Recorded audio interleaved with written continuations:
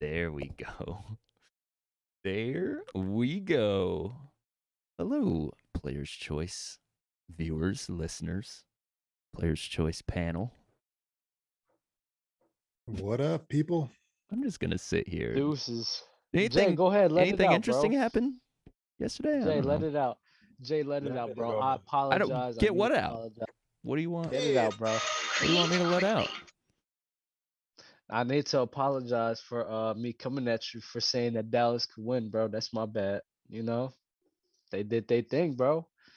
Jay, if you don't stop playing, bro, and go ahead and say what you gotta say, bro. Hold on, Dub. Hold on. I think I'm gonna say. do JD a favor and milk this. Pause. Yo, Dub, who you think did it for Dallas? Was it J Kidd? Was it Luka? Was it combination? Was it CP3 tanking? Like, what was it? I mean, I think the main thing was Luka's gonna be Luka, right? He's shown that when he was going up against the Clippers and everything, and we all expected that.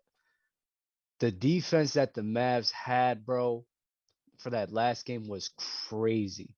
Like, they was like tough, forcing them to tough shots after tough shots. And it was like they really couldn't get anything off. And I was like, that defense looked wild. So I think the Mavs defense really stepped up because we all know what Luka about, bro. This ain't no surprise, bro. We know he's that guy. And he's one of them guys after 3 years, bro. He's showing it. So the Mavs defense is really what did it for me.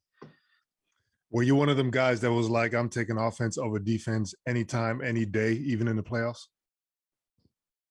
Offense over defense? Mm-hmm. Nah, I don't think so. Are you sure? We had that one player. We had that one. We had that one players court. We had that one players court thing where we talking about defense or threes, and I said that I would be fine not having the best defense or having the best 3-point shooting team because I said that if you have the best 3-point shooting team, like the Houston Rockets, they had like a top 5, top 6 defense. Then yeah, I'll be fine with that. All right. Let's fucking go, Mavs. Hey. Yeah, Jay, go ahead, brother. Come on. Yeah, you got one? You got one with you or no? No, I have nothing in the house. I just got back from LA. I watched a full week of playoffs in LA, relaxed, chilling in the pool, chilling in the sun. I had no worries. All I knew was that I called Mavs a month ago. They were going to go to the Western Conference Finals. I have it on Twitter. I have it on the show. Everyone said, Jordan, you're biased. JD, you're biased. The Mavs can never do that. Luka can't do that. Look at Luka's first round exits. Now look at us now. Look at us now. Who would have thought? I mean, since your prediction was all accurate and whatnot, how far do you think they can go? I actually because you know Jason Kidd, he's being coy. He was like, we don't know how far we can take this thing. Obviously, he's like, we're going to the finals. I said like, this. That's what he's feeling. I said this. I don't know where I said it. I could have said it in Clubhouse. I might have said it on a show. I have no idea. But I know that I said this out loud. I might have said it to a friend. I said, this was before playoffs started.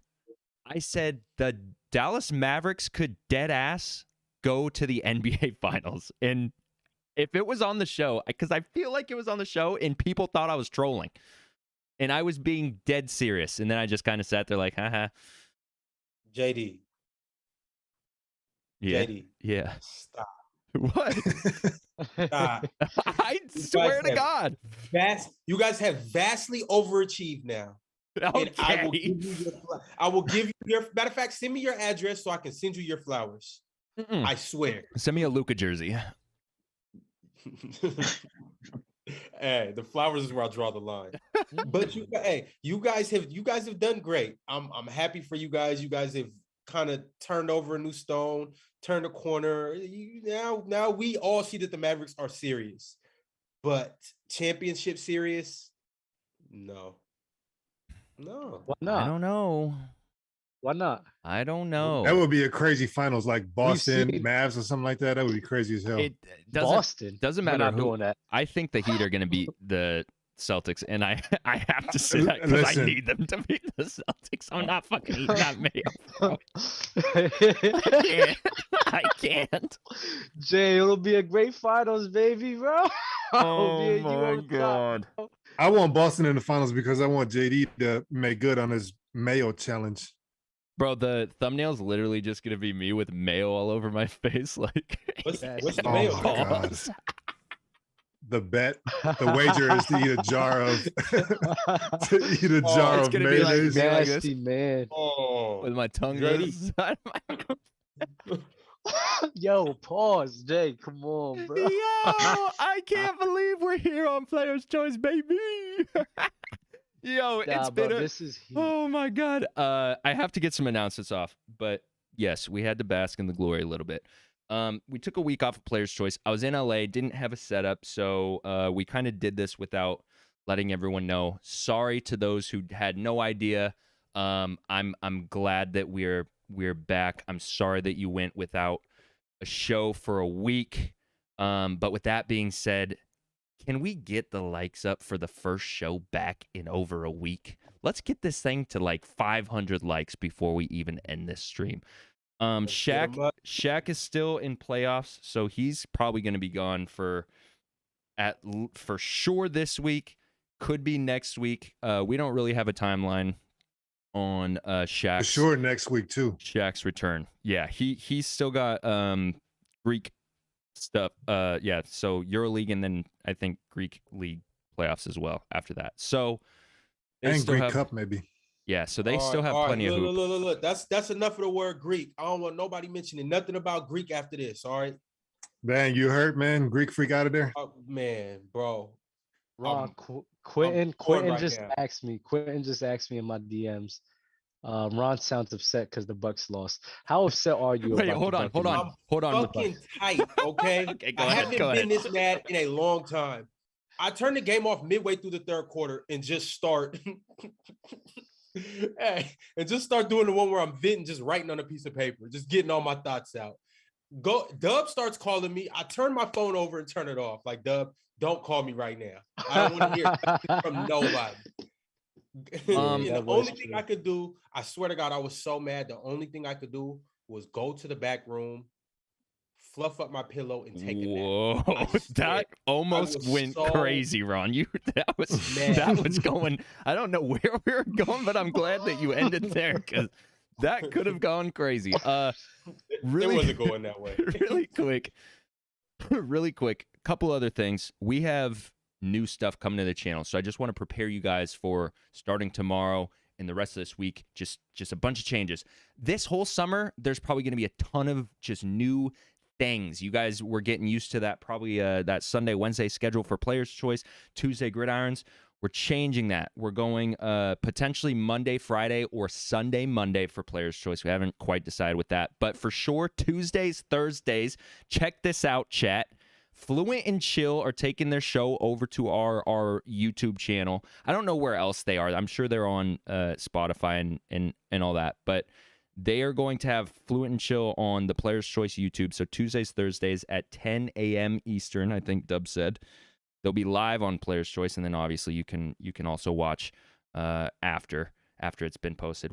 Gridiron's moving to Wednesday, and then who knows what could come this summer when everyone's schedules potentially open up for. Hey, it's big things on the way. Y'all stay posted. Hey, keep your eyes out. It's big, big news on the way. There's some stuff. Yo, is Jeremiah good, bro?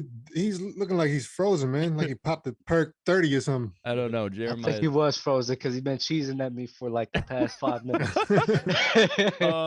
I want to get these super chats. A couple came through before we actually went live. Cam Cobain said Luka is simply him. Aritro Anon said always said it. D-Book is a fraud. Ron, would you like to comment on that? Because the best shooting guard in the league has been knocked out of the NBA playoffs, and he didn't even score 2 points in the first half. Listen, all of our favorite players have been here before. Any of your favorite players have had moments in the playoffs where they didn't perform up to par. I'm not backing down from saying D Book's the best shooting guard in the league, because up until that point, he proved time after time after time that he could ball. Game 7, I mean, that's where stars are made. But at the same time, what about in the championship last year when he was balling, when he scored the most points ever for a first-time playoff performer? So I'm like, yeah, he had a bad game, but, you know, it happens to the best of them. Bron's done it. KD's done it. Kobe's had bad playoff games. Everybody's had them. You're not wrong. This is the thing I'm confused That about was a when it fucking comes to beat. this. This is the thing I'm confused about. Like people trying to like discredit people and everything. Like Devin Booker's still on the same tier he's always been. Even before this playoff series, after he's still in that little debatable between him, Zach LaVine, Donovan Mitchell, and them. He's still in that same tier. So I don't understand what kind of pedestal you had him on, but he's still on that same pedestal that he was before, Where's JT despite in what that? happened. JT could be above. Yeah, I think JT's probably above him. JD definitely elevated his game, especially this postseason, and his defense is probably better than all of them guys. If we're gonna be real. Definitely better than Zach. So it's like JT, yeah, JT, he crossed that realm. He's not in that realm anymore. But Devin Booker's still there. So I don't know why. This is the thing I hate about playoff basketball sometimes. I think people are so fast to try to discredit people, and I really hate to see it sometimes.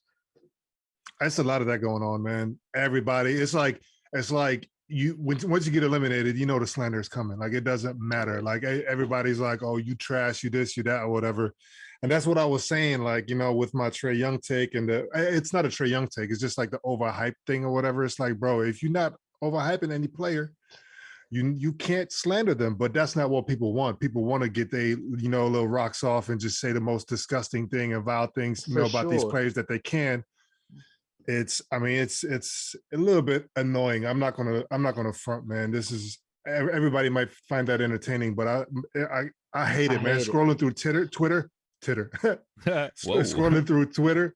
Titter, send me that site. You know, Let me get the link. It's a new dating app, Ron. Need that ASAP.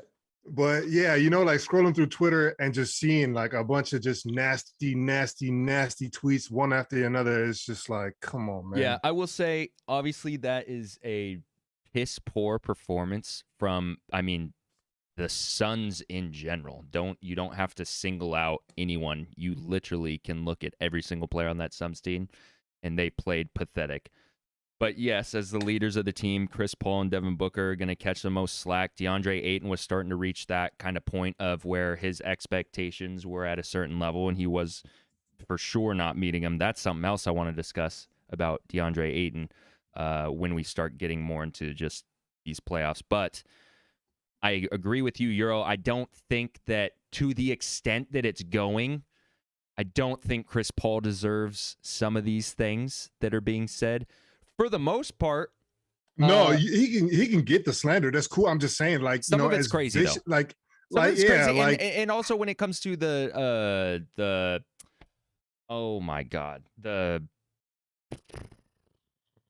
what is the word that I'm looking for?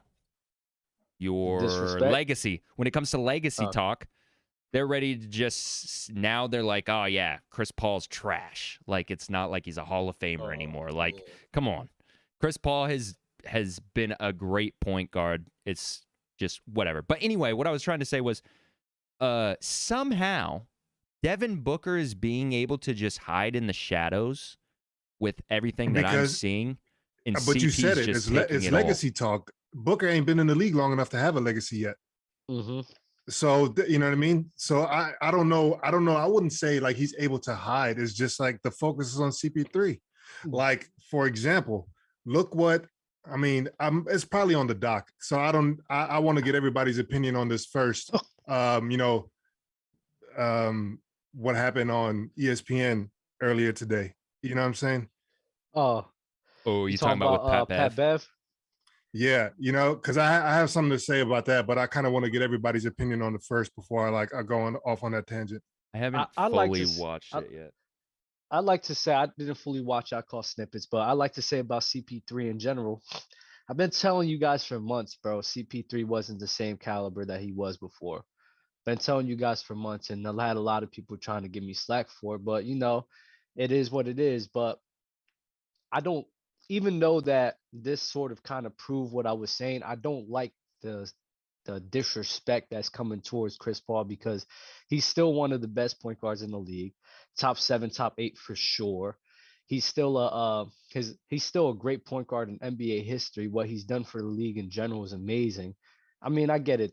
The 2-0 leads that he's blown, I mean, there's nothing that you can excuse for that, bro. That's wild to me still, but CP3 is still one of them guys. And I think everybody, when you talking about Devin Booker and him being not, Jay said, being caught in the back seat and not really getting as much heat, that's your fault. Not your guys, but that's your fault. The NBA fans and everything. Y'all wanted to put CP3 on this pedestal as he was this crazy ass guy when he was showing you this year that he wasn't. He was showing you this year that he was leaning more toward his teammates. He was only scoring 14 points per game. Don't be mad at CP3 because he didn't live up to your expectations. These are the false expectations. Nobody's expectations. No, look at the expectation though. Like he's been touted as the point god forever. Right. The best floor general, the best point guard, one of the greatest point. You see what I'm saying? He's like 37 though. I'm 100%. I'm not defending CP3. Like the performance is the performance, and the legacy is the legacy. You know what I'm saying? Like there's nothing I can say about that. And like I'm not here defending it. I'm just saying it's like, dog, if we out here calling him point god and like what, like he has to play god level. You know what I'm saying? A point guard. He still is. Maybe not now in his current time, but for what he was in his whole entire career, for sure he was. Right now, he's just not on that caliber anymore. And there's nothing wrong with that. He's 37. Ron? Oh, what is going on? Oh, Jeremiah came back with the gold mic? Is that what I'm seeing? Yeah. I ain't gonna lie. All right. Are you about to start singing for us? Hey, chill out. This is on my old phone. Nah, I ordered this on Amazon last week. It came in yesterday. I'm testing it out. So, all right, fire. You about to sing "Let It Burn" by Usher or what? I'm about to say is like that new Kendrick just dropped. He about to spit some bars. Yeah, if y'all want some bars, you got to book me for a show. That's how okay. I got you. Fire. Fire. Yo, I'm gonna start reading some of these super chats because these came through a while ago and we're getting in our bag, but there are so many good ones in here. Yo, Travis Lindsay donated through the super chat. Who is a greater player, J Kidd or the Glove? Ooh, Jason Kidd. Damn, that's a good one. Ooh. I'm not even. That's a really good one. I think it's Kidd. I don't think it's that close. It's close, but I mean it's J Kidd, but it's close. I love Travis. He's been paying attention and he knew which one to ask because you are a GP stan, Ron. You love this guy. It's wild. Hey, crazy thing about J Kidd and Gary Payton is Gary Payton is like J Kidd's big brother in a sense. They both grew up in Oakland. GP is like I think like 3 or 4 years older than him. So he J Kidd grew up like idolizing him kind of and just watching him. And, GP really showed him the ropes and shit. So that's really a dope story about them.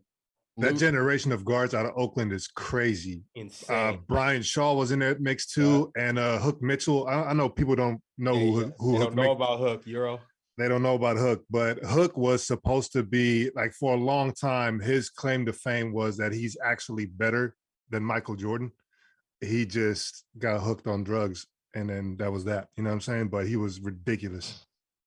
Loaded 2K donated through the super chat. Luka is closer to being the best player in the world than Kevin Durant. Dub, Giannis proved he's better again, by the way. Again, this is why I say, like, when, all right, let me put this over here real quick. So, this is the thing that people have to understand, right? And I really don't think they really grasp this. Kevin Durant and that whole Boston Celtics series and everything, you slander him for the performance he had and everything. I'm with you on that. That's cool. That's great.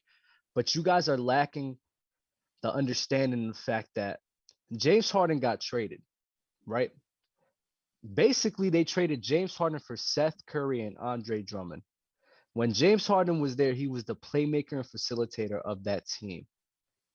they didn't have nobody to replace that. Regardless of how bad James Harden, he's not living up to his Houston Rockets days, he's still a great player in the NBA, and it's hard to fill that gap. When Kevin Durant came back, they only played 19 games in the season with that core unit. And I'm not even counting times when Kyrie was there, because Kyrie wasn't even there for some of the mix.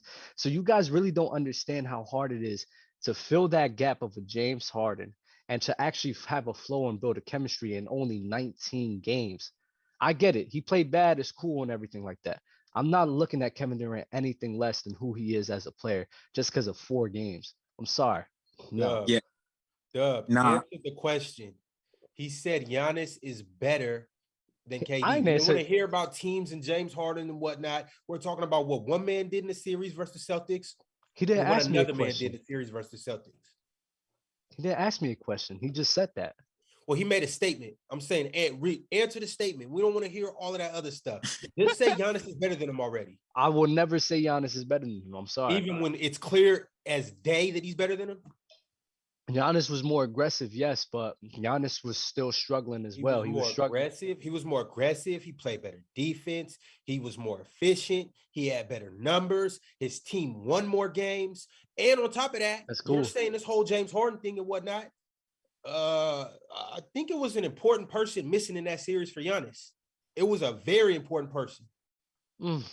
Chris Middleton. I mean, he was just as crippled, if not more crippled. More crippled? So Chris Middleton is better than James Harden now. James Harden's not on the team. No, I'm saying James Harden was not on the team. If you're saying Ben Simmons, then yes. But James Harden got traded away. Okay, so but James Harden was missing. That was what I thought missing. that was the point. He got traded. He's not on their team. Okay, Ron's right. Okay. Ron is right. Ron is right. I thought you was alluding to the point of James Harden and Chris Middleton and how you was trying to counteract that. That's my bad. I didn't think you was doing that. But if Chris Middleton is there and everything, bro, it's like, okay, that's cool. They could probably win. They're still gonna lose to Miami. And Giannis is probably still this context, man. All right, JD. Yo, hey, take it's the like wheel. it's like an animal balloon, like those clowns that make those animal balloons. Go ahead, Jeremiah. No, I was gonna add one thing to what Dub said. You said once they traded James, they kind of got rid of their playmaker. I would say that's what they traded for Ben to do, as well as defend. Obviously, he's a pretty good playmaker, passer. He just didn't play this year, so I almost agree with you, Dub. That's why I'm really high on the Nets next year. If they can get Ben back and get Ben right, I feel like he's that playmaker defender they're missing. But I feel like Giannis has been the best player in the league for a while now. I didn't switch up before this playoff. Like before the playoffs started, I felt like Giannis was in the world. I just think a lot of things, like people forget, like Kevin Durant was putting up MVP numbers in the regular season. This man was definitely in the conversation for MVP standings. The Nets were a first seed. The Nets actually had a top 5 rated defense in the league, bro. And a large portion of that was because of Kevin Durant. Kevin Durant was playing great defense, especially in the beginning of the season. You said bro. what? The Nets were the top rated defense in the league? Top 5 rated, yes, in the beginning of the season when they were a first seed. Beginning what? Before the game started? When was this? This was when they were a first seed. I think they had like 31s. Okay. And I know this stat because I double checked it because me and Ron was debating about You're it. right, Dub. And then KD got hurt. KD got hurt, and then they fell off a cliff, and then that defense was non-existent again. This is why I'm saying Kevin Durant, he's showing the impact on both offense and defense, and the numbers will support that. So I'm sorry, bro. Like Kevin Durant and Giannis is 1 and 2 for me. I don't care which one you have. If you have Giannis, that's cool. I have Kevin Durant, that's cool. But don't act as if it's a far margin. That's my only thing. Don't act as if it's a far margin because it's not for me. It's definitely not a far margin, but I'm like, we clearly got a concrete example of them. And it was beautiful because they both played against the same exact team under similar circumstances. They were kind of undermanned. And on top of that, the defense really keyed in on them. And we got to really see tit for tat which player can do what against a certain defense. Nah, I can't fly with that, Ron. I don't think it's tit for tat. I feel like Giannis's game is more suited to be successful against a defense like the Celtics. Oh, but it's Kevin Durant, the best scorer to ever touch a basketball. Oh my God! Hey, it's Kevin Shuttlesworth. I don't want to hear that. I'm not gonna lie. When I seen, I think he's players 7 foot with a handle. Okay, Remember, okay, Dale got the best handle in the league. I'm like, come on, okay, again, do this. I'm with you when you say that Giannis is a better player. I'm with you on there. But what I'm not with you on is that the fact that one struggled against the Celtics and one didn't is evidence of that. Like, we can admit they have very different games. And so that would imply that they might be different levels of successful against similar teams, right? Like, one guy's strengths might be more pronounced against certain teams than others. Does that make sense? Yeah, but that's why you can't base your judgment off of just playing against one team. It doesn't matter if it's 4 games or 7 games or 6 games or whatever. That's basically what I'm saying, Euro, is that it seemed like Ron was basing, who's better off of this series or these 2 series here, and I just don't feel like. Well, that's what everybody's doing. Everybody's doing that, and when I sit here and look at the way the Celtics was playing defense against Giannis, it was way more one-on-one than it was against the Nets, like a way more. So they defended him differently, and that's probably due to the spacing that the Bucks have more than the Nets. So it's like, I mean, I get your point where they went up against the same team, but the defensive scheme was different. It was. I mean, when you break it all down and you compare the rosters, because Game 7 completely exposed the Bucks. It's like Giannis, 2, maybe 3 steps down, Drew, and then after that, they have nobody else. But when you look at the Nets, you have Seth Curry, one of the premier catch and shoot players in the league. And then on top of that, you got Kyrie, a top 5, top 10 scorer in the league. So it's like Kevin Durant still had help on the offensive end. No, that's it. Ron, Brook stop. Lopez could space the Bruce floor. Brown.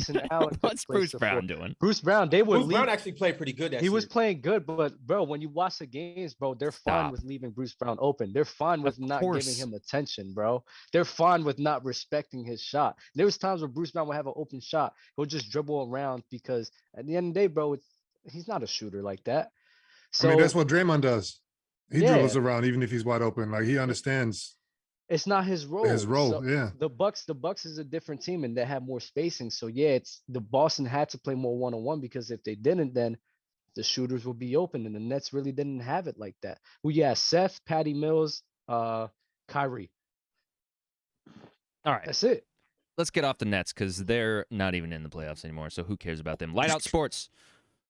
Our friend Light Out. Luka and Giannis are by far the best 2 players in the world, and Ron, is Trey still better than Luka? Ron, you said you had a lot to say about Luka today. So is this one of those? Is this one of those where you're about to hit the Michael Jackson, throw the glove on, a little top hat? Nah, don't do that, Ron. You top left. You do what you do right now, bro. Walk. Hey, look, I'm just gonna say this. This is all I'm gonna say about Trey because we don't need to talk about Trey. How we just said the Nets is in Cancun, Trey somewhere in Mexico City doing whatever he's doing on whatever beach he's on. But a beach in Mexico City, I like it. Hey, Euro, they got lakes over there. I got you. Hey, but what I'm gonna say is Trey was in the Eastern Conference Finals last year. That's all I'm gonna say. Oh my God. The position Luka's in right now, Trey was already there. But back to Luka. Luka he's insane. And any Luka slander that I have, I want to take that back. I want to put that in a casket. Bury that. Yes. Not 6 feet, but 12 feet deep. Yes. And I love that. I have nothing else to say about Luka. Like, that's a bad man. Ron, that's a bad. Can I hear you say that Luka Doncic and Trae Young are not even in the same tier? No, they are. That's disgusting. They are. I'm not walking any of that back. Disgusting. Any of it. Ron, any of it. That is disgusting. So where do you rank Luka? Where do you if they're in the same tier, then he's got to be top 5 at least. He's top 10. Trae Young is top 10. I said that. No, Luka we're talking Doncic, point guards, right? I was no. Bro. Players. What? You got? Hold on, Ron. You got Trey number 2, right? I got Trey's the second best point guard in the NBA. Right. So where's I've Luka? been- He I've got to been be at saying least that. top 5, especially Luka? now with what CP3's been showing us. Luka, CP3 was never in my top 5. Okay. So where's Luka? Wait, you counted Luka as a point guard and you had Trae Young over him?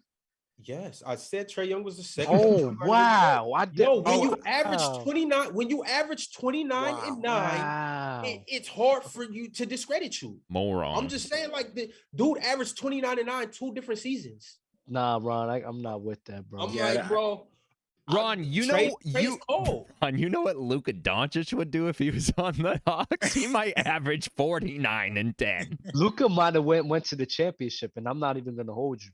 Luka, stop. Luka Maybe. might have made it to the championship last year, bro.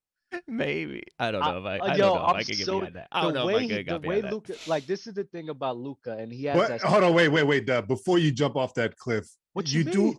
wait. You do have to acknowledge that the Luka from last year, like the jump that he made this year, is significant. So you It's the can't same just say. player.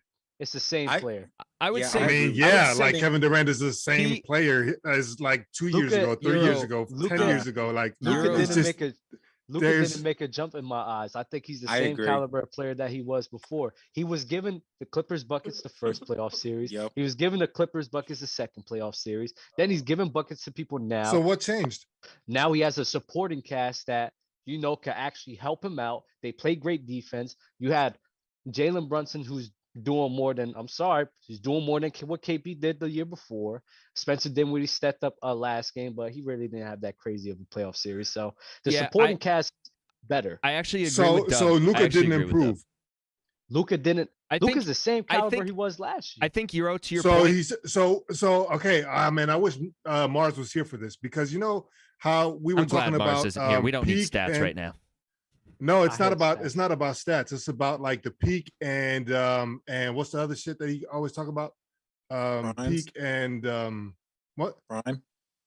Peak and prime.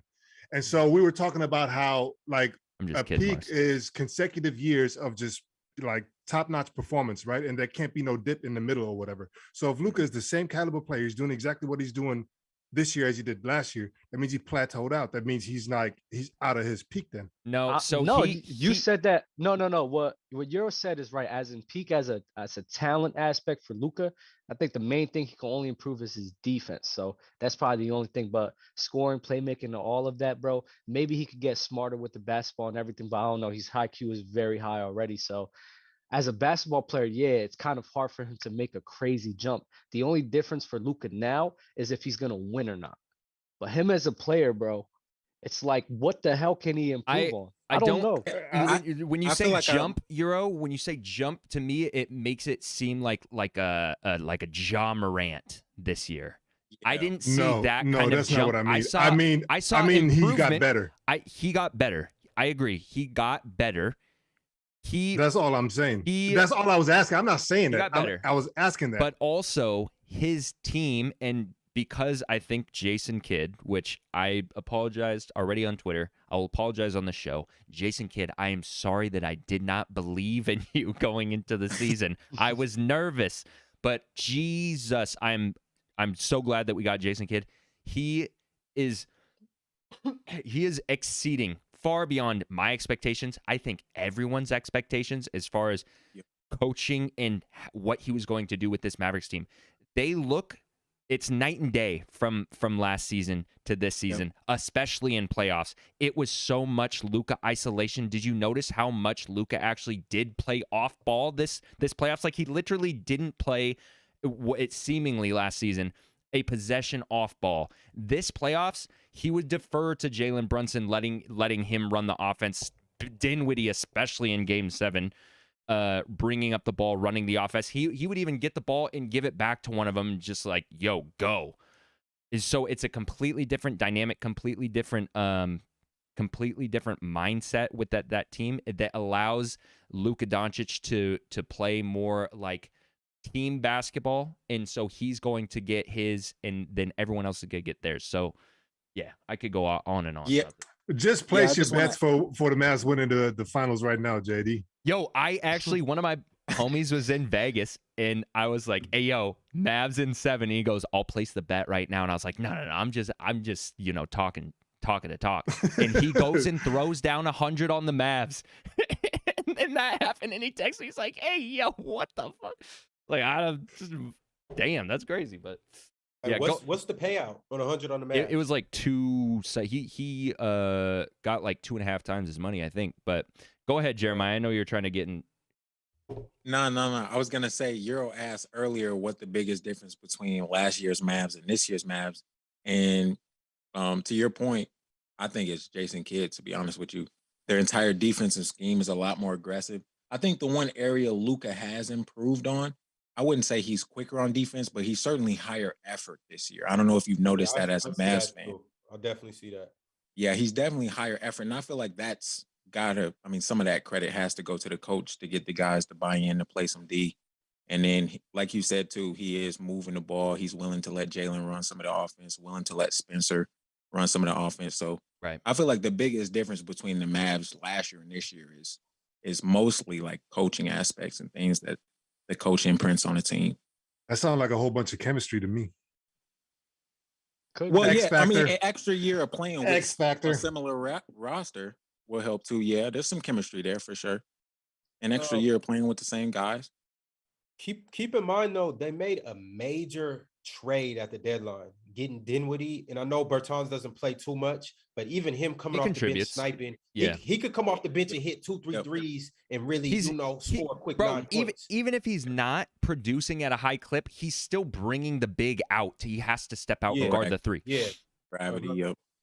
But back to Dinwiddie. A lot of people slept on Dinwiddie, but don't remember before his ACL injury when he was playing in Brooklyn with D'Lo and Karis LeVert. Remember they went to the playoffs and Dinwiddie was balling.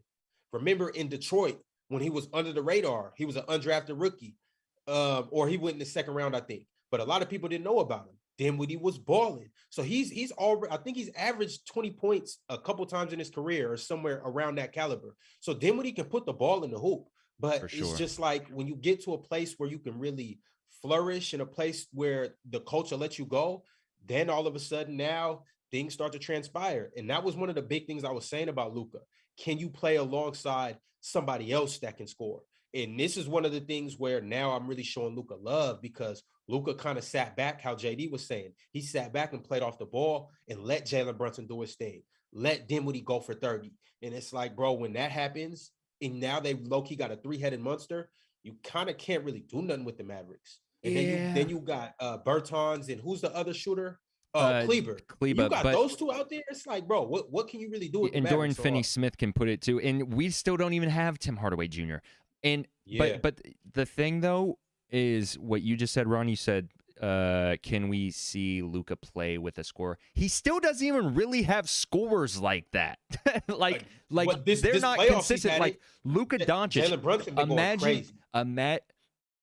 Yes, in the first round, I agree. He went crazy, and then he started kind of falling off in the first 2 games of the Suns. Or that picked it up. That series, and then it was like game 2 or 3. He started coming back to life. But I'm talking about like, imagine if Luka Doncic had a consistent scoring threat like Kevin Durant and Kyrie have in each other. Yeah. If Luka Doncic I'm not gonna had lie, that, bro, they're winning the chip like that. It's crazy. But still, I still love this team. It's great, even though it's a little frustrating because you can't have that consistency on offense. You still know that you're going to get, at least you're going to get this kind of defense that is going to hopefully kind of balance out, their offensive woes. But yeah, anyway. I would like to say this about Luka. You know how we give praise to LeBron and Michael Jordan. They elevate their game in the playoffs, where what they did in the season, it elevates. Luka's showing that same traits where he does this thing in the regular season and it's great and phenomenal. But instead of what a lot of players happens, their thing either stays the same or regress because it's playoff basketball. This group plays at a higher level. So he's done that for 3 straight years, bro. So it's like, Luka, bro, Luka's on the come up, man.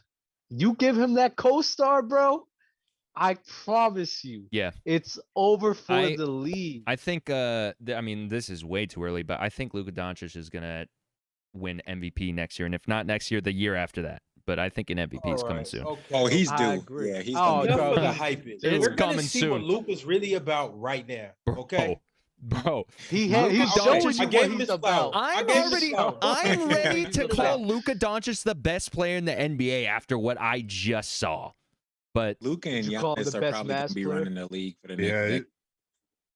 For JD, sure. you drunk off this series. bro, That's what I'm saying. I've That's been what I'm saying Nah. this You guys are forever. Done it though. for I 3 don't give a shit years. about the Had series. in the Suns. But Luka has been excellent the past 3 postseasons in a row. Don't act like Yes. he's just No, now No, that's playing Yeah. no, that's in the not playoffs. at all, not at Yeah. all. But like, I mean, what happens if he completely crashes and his team completely folds against the Dubs? Yeah, you I hate mean, okay, hypotheticals, what and you just How do you went wanna down know a why? You nasty wanna No, alley. no. The thing That's is, the not a thing is bad like you no hypothetical, listen. The thing is, you can still be like, yo, Luka's my guy, and he like you can still stick with all of that.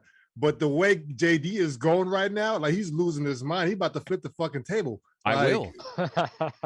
Are you gonna feel the same way when he I gets will. like folded? I've also said this several times, like early in the season and end of last Yeah, year. but you said it with your inside voice. You scream at the top of the lungs right now. Let's go. I'm he ready. deserves to. He but deserves to, though. Come on, he's a Luka's Mavs in a fan, beautiful bro. position right now because if they lose, it's like, okay, we weren't supposed to even make it this far, and we're playing against the great Golden State Warriors. Oh, he If they already did win- what he needed to do this year.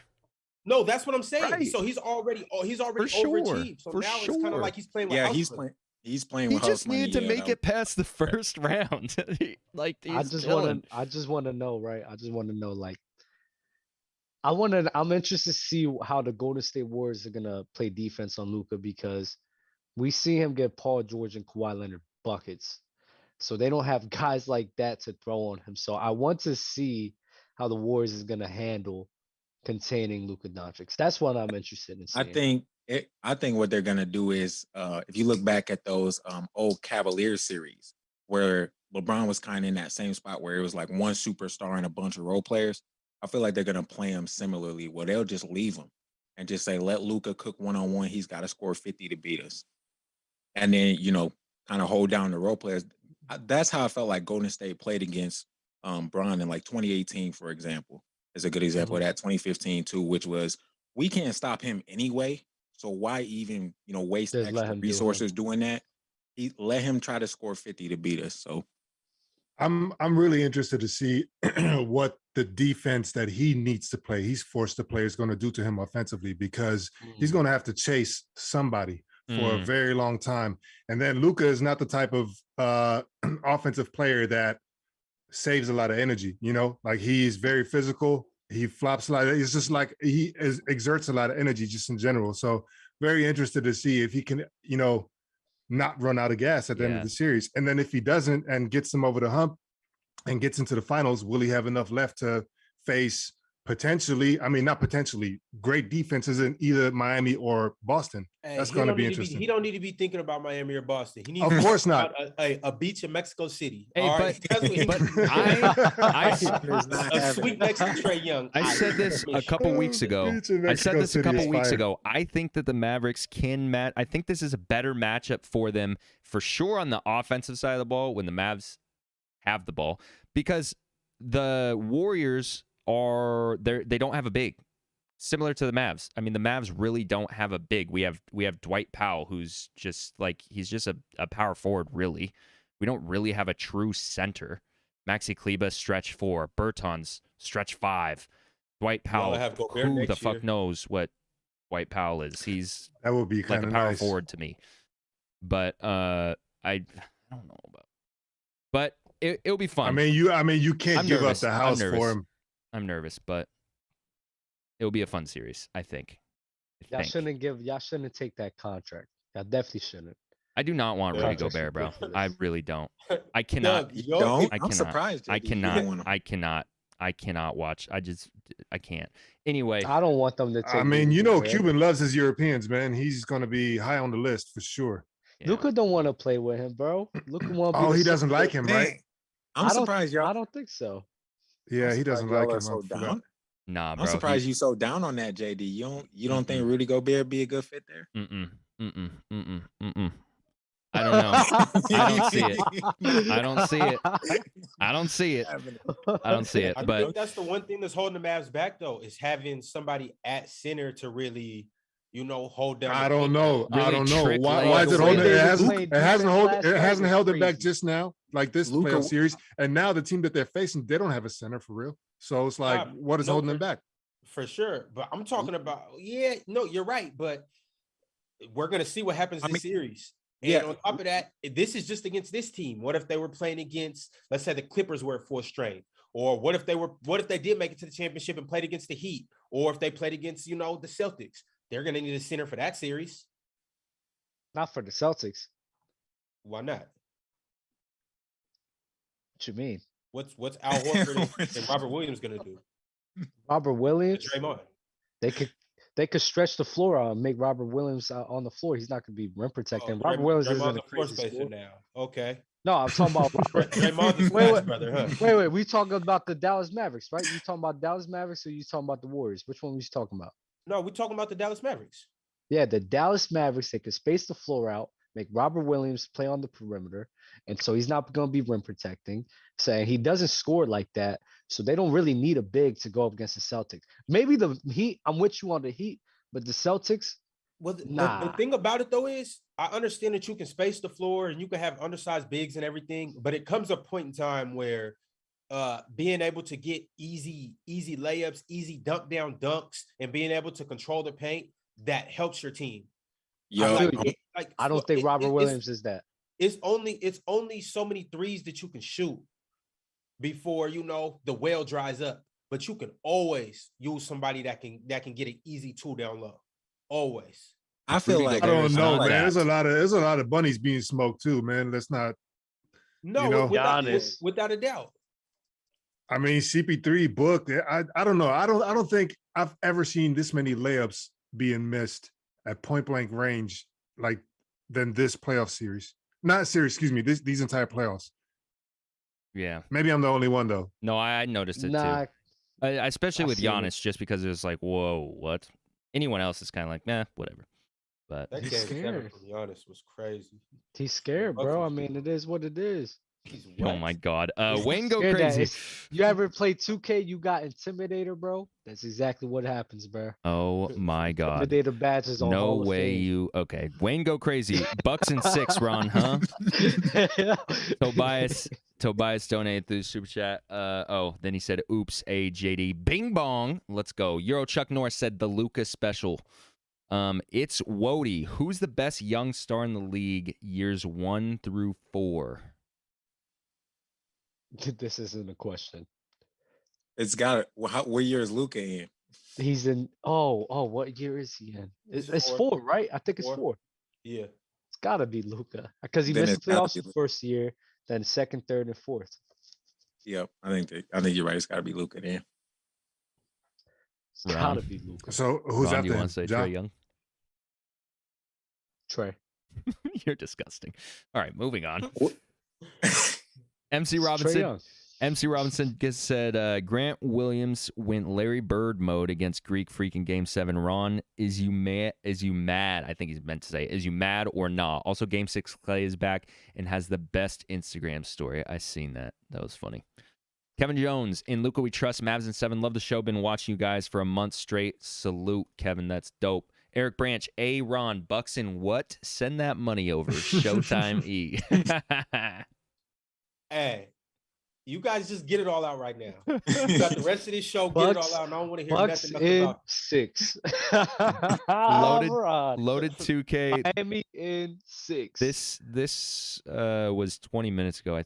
I want to say this was back with the Giannis KD debate. Loaded 2K said, Dub, I hear you, but for someone who hates numbers, you bring them up a lot. What numbers? I don't know. Mr. No Name donated through Super Chat. Luka, top 5 player. Trae is top 15 at best. Manny Too Fresh, top left, got Ron being nasty. No, I want to know what, tell him to chat up again because I want to know what numbers I used. Loaded 2K. Let us know. I don't remember. Oh my goodness. Okay. Well, anyway, playoff talk. Let's talk about, because I feel like we haven't talked about Miami really. So we have. Did we? I could have been completely paying attention to something else, but we have Miami Boston. Did we talk about this? Nah. Nah. All right. Well, let's talk about it. Dub. Miami Boston. Are you nervous? Nah, I'm worried. This is a good series. We went to Game 7 last time we met up in 2020. I'd like to say to all you Miami Heat doubters over there, I told you so. It is what it is. You feel me? Like it's been a good road. It's been a fun ride. We'll see how this series will go. But yeah, bro. I mean, I don't know. This series is gonna be close. We're rivals. We always bring it to each other. Pause. So it could go. It's either going to way. be a fire series, man. Yeah. Yo, the 2020 is. joint, that was in the bubble. That was the middle finger block. block, right? Yeah. Yes, it went down that close in that year. I mean, I don't know because they had Kemba Walker playing at a high level that time, but Marcus Smart, Tatum, and Brown, they all elevated. So, and then Miami Heat elevated as well. So it's like I think they're probably the same caliber of team as they was then. So I don't know how this series is gonna go. Honestly, And don't forget about Al Horford. Al Horford's shown in this playoffs that he's really a factor. yeah, I mean, a good he's role the player. most seasoned player they got Yeah. in terms of postseason, right? Uh-huh. Yeah, that just lets you know how valuable experience is, even if it's not just him, showing that in his individual performance, but just what he's bringing to the table in terms of like keeping the team together. Because I'm sure he's a major contributing factor in getting these guys' minds right. Yeah. Stop. Nah, bro, we'll see, bro. I think What? Stop. What? Come What's your on. prediction series though? What? Come on. Al Horford? We're just giving him that premium. This whole series. That Why premium. do you think Udonis Haslem is on the fucking Heat, JD? Yeah, but Udonis Haslem sits on his ass. And I said, okay, whatever. Yo, Bro, Al Horford I was just really saying, won you're this giving him series. premium gas. I'm looking at JT I am and not. Jaylen I am Brown not. I and said Marcus Smart. regardless of how he plays, JD, the fact that Al he is Al the most Horford seasoned won vet in that they this have, series. and that he is the most experienced playoff player that they have, that they respect contributes. him. They respect They him. respect him. He can say some shit just like he can sit on his ass all day long too, and just say some shit, and it'll contribute positively to the team and the dynamic. 100%. You can't deny that. But the thing I'm about not Al gassing Horford, nothing. He doesn't just talk. Al Horford backs it up too. Al Horford held Giannis to 33%. Right. We're not talking about how Al Horford plays right now. We're talking about what he's bringing to the table outside of that. I think that's. And JD can't say, "Oh yeah, Udonis Haslem," you know what I mean? Okay, but then completely dismiss Al I don't Horford. give a fuck about Udonis Haslem either. I'm Not gonna lie. That's crazy. That's crazy. Oh, bro, I think Boston's gonna have a harder time matching up against us because there's not really one guy to key in on. I think we'll probably have an easier time defending them because, I mean, I don't know if Grant Williams is shooting like that. I don't know, but I highly doubt. I think that was a unicorn thing that happened. But we could switch off on Jason Tatum. Don't bring up Grant we could Williams' switch off name on either. Jalen. Yeah, you mad as hell about Grant that. Williams. You mad as hell about that. But Miami, the thing that we have going for ourselves, we could literally switch. Like we could switch, bro, and be perfectly fine. Jimmy, PJ, Bam, all of them could switch up. Kyle Lowry when he comes back, they could switch up and do fine. Victor Oladipo. The only one is Tyler Hero, but we do a crazy job at hiding him. So that's why I say the Celtics, they haven't gone up against a defense like that. And they struggle against the Nets. And the Nets don't even have a defense like that. Has Miami gone against a defense like the Celtics? Good question, Euro. I was gonna ask. No, they haven't. They haven't. So this is why I say it's gonna be very interesting. I'm very interested to see what's gonna happen. I think it's like the yin and yang in the league right now because I think in the West it's going to be a shootout, right? Yeah. And in the East it's going to be like a defensive kind of matchup a little bit. Mm-hmm. Yeah. So I'm really, I mean, I'm here for it, man. It's going to be fire. Which series is more exciting, or which series are you trying to see more, Euro? I mean, that's tough because I just like to watch players, and there are certain players that I can't stand, and so even if, like, I can't stand watching, And so even if I'm like, Al Horford. Patrick know, Beverley. no. I mean, yeah, I can't stand watching him because he gives me anxiety. I can't stand watching Luka either. This dude is Yo. exhausting to watch. No, I love watching Luka. Yo, I love exhausting. watching Yo, him. Bro. All I see please is him elaborate. complaining. Exhausting? Oh Please- yeah. His Okay, complaining is okay. out of this world, Yep, man. Okay, That I agree can't with see that. anything else. I can agree can't with like that. enjoy how great he is. Like Yeah, I can't That's enjoy fair. just the bag that he just constantly puts on display. You know what I'm saying? Like it's and trust me, like I've been following Luka since he was a kid. Because Right. obviously, you know what I'm saying? He Right, played, right. you know, he'd been with Real Madrid and stuff like that. But man, like it's just I have that problem with him complaining to the refs nonstop I do too. because I remember him not doing that. And so, I mean, whatever. If it works, it works. I guess that's part of his game. Like he's Yeah, I working think the it is refs and it's too. in his favor. I don't know if it's in his favor or not. It's just for me as a fan, you know what I mean? It's not an enjoyable experience. And so I'm just like, dog, I'm off that. And then of course, you know, the league contributes to that too with all these goddamn reviews and like it's just the game just gets stretched. Like I'm here to watch basketball, not watch the refs watch basketball on the fucking screen. You know what I'm saying? So whatever though. Hey, two things to like rebuttal that. I think Luka actually does that on purpose to get himself fired up. I think he uses talking to the refs as like a motivating factor, or I think that like helps him lock in more because I don't know it seems like when that happens, that's when he starts turning up even more. Yeah. That's first. Second off, somebody in the chat just said Luka's better than Jordan. Yeah, I'm here for Let's keep it. it a buck. Can we stop it? He might Please, be. He can might we be onto stop it? something. Also, Ron, you sound like a conspiracy theorist. What, with him talking to the refs? Yeah. What? I mean, bro, like some people do that though. Like there's a lot of people who Bro, talk shit He just talks to get to them the activated. fans. Yeah. He talks to the fans.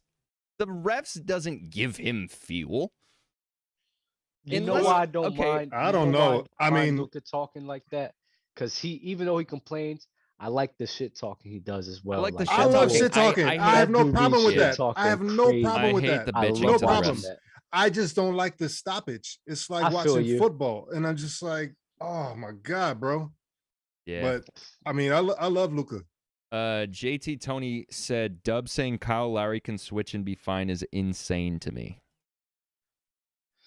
Don't think I'm saying that he could lock somebody up, but it's not going to be like a defensive liability.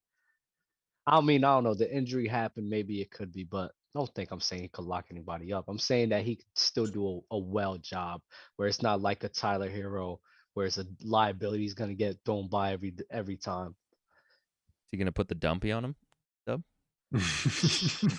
That dumpy's wicked. I'll tell you that.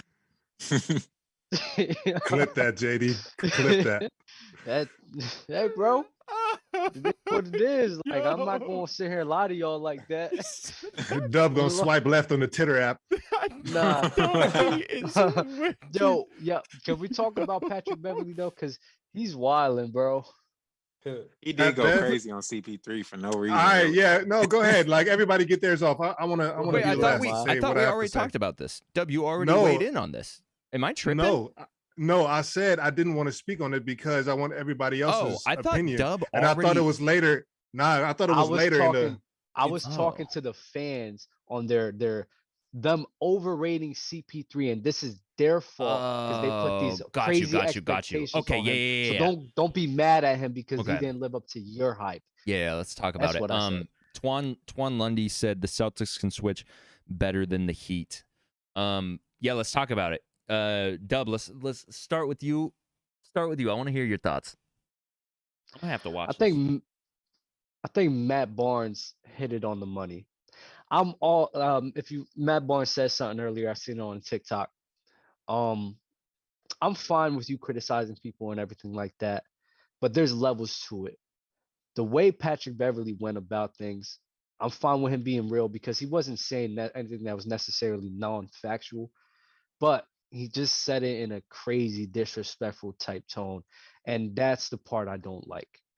You could have your opinion and everything, but you don't have to give off that type of tone, like calling him cones and everything, and then just talking about Cones is fire. these guys like you really like that. Like, let's be real, Pat. You're a role player. Like, you a role player. You're not getting by CP3. You're not getting by CP3 consistently, He bro. might. I'm sorry, you're not. No, he's not, bro. I'm serious. Like, come on. So, I mean, Patrick Beverley, I don't like the tone he was using. I don't like the disrespect. If you want to say all those things, that's fine. But there's ways that you could go about expressing your opinion. And that was just a wrong way for him to go about things, in my opinion. Jeremiah? I guess, I mean, I don't have a problem with people having an issue with what Pat Bev said, but I feel like if you do, then you just have a problem with Pat Bev. Like, I don't know what else people expected from him.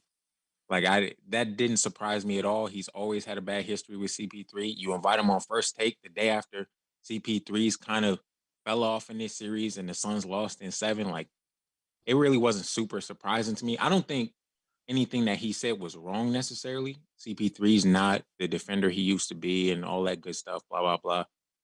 You know, if you thought it was disrespectful, that's cool. But you're asking Pat Beverley to not be Pat Beverley if you're asking him to not talk like that. Like, that is Pat Beverley to a T to me. So, Ron? I didn't really even hear what he said. Can you actually play the audio clip? If I can find a There's good so one. many. It was a lot that he so said. many. I don't He think it was was like calling- one he clip. went crazy. Yeah. It was a tangent. That was like like he went off. So many Was things. this something that was built up? Clearly it was. Well, he was on They like don't like first, each other. He was on First Take, right? He was on. Yeah, I mean, go ahead, Ron. Sorry. Yes, it was First Take and a couple other shows that they run Oh, he as was well. doing a world tour, huh? Yeah. That's hate. I You just you done, go Ron? ahead, yeah. Well, I asked JD to play the audio clip because to be honest, I really All didn't right. pay much attention to it. All right, cool. So let me get mine off then while JD's looking for the clip. Jeremiah, I agree 100%, man. Like, I mean, we know who Pat Bev is, man. He wears his heart on his sleeve, you know. You got a chip on the shoulder size of a boulder, whatever you want to say, man. There's bad blood between them two. That's just Pat Bev. Like, what do you expect? You know, you give him an opportunity to do that. It is what it is. To Matt Barnes' point, you know, I'm glad that he, you know, took the other side or whatever, calling them clown and all this and that stuff. I mean, whatever, man. Say what you say. The thing I feel like that Matt Barnes should have said though is when it comes to that clown behavior, I feel like that energy should have been directed at ESPN, because I think it's shady as fuck for them to invite a player like Pat Bev, knowing exactly who Pat Bev is, knowing exactly how this is going to turn out, and make him, like JD said, go on a world tour from studio to studio the entire morning and early afternoon on ESPN, slandering another player, you know what I mean? And that was set up by people who, number one, have never played at that level, and number two, don't look like Pat Bev, don't look like Chris Paul, and don't look like Matt Barnes. And so to me, it's just like, I have a problem with that because I don't know a lot of people, nobody probably knows this, but I work in those spaces. You know what I mean? Like, I work in sports entertainment media. So like, that bothers the hell out of me because these are executive decisions that are being made. It's like, yo, let's get these 3 black men up here. You know what I'm saying? And like, just slander each other. Like, that shit is corporate nastiness to the T. It's disgusting. It's disgusting to me. Now, I'm not here indicting Matt Barnes on, you know, him not calling that out, because I know he sees this too. But, you know what I'm saying, everybody got to make a living or whatever. We got to make concessions somewhere or whatever. I'm not mad at him making his money or whatever and calling out the wrong that he sees wrong and not saying anything where he can't say anything. That's why I'm here to say what he can't say, because I'm not employed by ESPN. But that shit is foul, and I'm not rocking with that. That's what I'm saying. All right. I think it's foul. I think it's foul too, because Draymond Green is an expressive person as well, but you won't see Draymond Green coming at people like that. Only if like somebody says something. I remember Tony Allen said something about Draymond. Draymond was like, "Oh, I bet you won't say something about me." Bet we was drawing up plays, you know, to beat you guys and everything like that. So, you know, he'll challenge you if he's being challenged, you know. So Pat Bev, it was just like, I get it. He's the personality and everything, and what he was saying was not wrong. I'm not saying that it's They wrong knew what at they were all. going to get, to The Euro's tone. point. They knew what they were going to get. Yeah. Yo, Patrick Beverley basically just sign his contract for a analyst job after when he retires. Facts. So Because that would be he just crazy got it right there. entertaining. Yeah, that was my first thought. I'm like, oh yeah, this man just made a bag right here. This man just made a bag. I don't know how many clips there are, but we're gonna play some of these Pat Bev. It looks like there's 2 slides, so give me a sec. He calls CP3 cones. Can you guys hear that? Did you guys hear that when that played? I heard it a little Okay, bit. perfect. Play it up All right, high. here it let goes. it play. Nobody worry about Chris Paul when we play Phoenix Suns. Nobody in the NBA. Well, what did I just say, though? And I'm just letting you know how NBA players feel and think. I believe you, but what I'm saying He's is... finessed the game to a point where he gets all the petty calls, all the swipe throughs at the end. I mean, this guy is out, man. We gonna be honest? We want to be really honest? Yes. He should have fouled out. He should have fouled out. The last game, too. You see the replay against Brunson, hit him on the shoulder, hit him in the mouth, ref don't call anything. If that's me, review it. Flagrant 1. If that's him, they don't call it. So let's not get it twisted, man. He should have fouled out. He can't guard. He literally can't guard. He can't guard. Yeah. He can't. Chris Paul can't guard anybody? Is that what you say? Did you see that? No, he can't. Everyone knows that. Nobody worry about Chris Paul. All right, when give he me play 1 Phoenix sec. Suns. Nobody in the NBA. Well, what did I just say, though? And I'm just letting you know. Excuse me. No. I don't know that. I haven't heard anybody tell me that. Because you haven't suited up. You know, guys don't like to tell you all the truth. You know that. Because they scared. They scared what you gonna take with it. No, he's right about that. They will lie. He's honest. They will lie. That is true. He's not lying about that. Whatever, Stephen A. This fucking guy, man. What we call cone. You know what you do with cones? Like when in the summertime, you got a cone. You make a move. What does the cone do? Stay still. Exactly. Yeah. He's a cone. Stop playing, man. Everybody knows that. Everyone knows This that. is why I have a y'all don't problem with accept it. it. Because No, I don't accept that. No. I'm saying, again, if you're taller than them, you can shoot over him, obviously, that's But an give issue. him the Ben Simmons slander. Give him the PG-13 Hold on, whoa. Give him the slander that you give everybody. Come on, Steve. Excuse me. No. The Ben Simmons slander, I don't know that I agree. I mean, it doesn't matter. Like, you give him his slander. He's right about that. You know what I'm saying? Right. For sure. He's absolutely right, though. If you trash, you trash. The thing is, like, man, we was talking about his legacy, right? We was talking about his performance, on a more granular level. And like, what more do you have to say, bro? CP3 is not getting it done. Not this year, not last year, not the one before, not ever. So like, how much can you really say that where his game doesn't speak louder than the slander that you can toss his way? Like, it don't matter at the end of the day. You know what I'm saying? So you can say whatever you want to say. Like, that's not my issue at all. And I said that, like, Pat Bev, bro, say what you say, dog. That's your nemesis. Cool, whatever. Yeah. I have an issue with the codes thing. And I just look at Patrick Beverley. I'm like, bro, I don't think you could get by him all the time. That's the thing. It's so weird to me. It's annoying. I get what he's saying. What he's saying is not wrong, bro. But I think the cones thing is just really like, come on, bro. Like, you being crazy nasty. I get it, but you could say it in a different type of way, bro. But they hate each other, so it is what it is.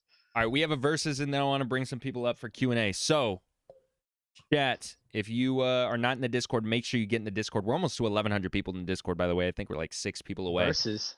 Yeah, we're going to do a versus. Luka versus Drake Steph. versus Future? No. Oh. Make sure you get into the PC Waiting Room voice channel when you're in the Discord. I'll pull people in for Q&A, or if you just have a comment you want to make, or you have a take that you want to challenge one of the panelists, whatever it is, PC Waiting Room, I'll pull people in after this versus. We have Luka versus Steph. We're going to go Ron, Euro, Dub, Jeremiah. I got like 8 or 9 categories here. Okay. Damn. Ron, Luka versus Steph, playmaking. Luka. Steph. Dub. Oh, Luka.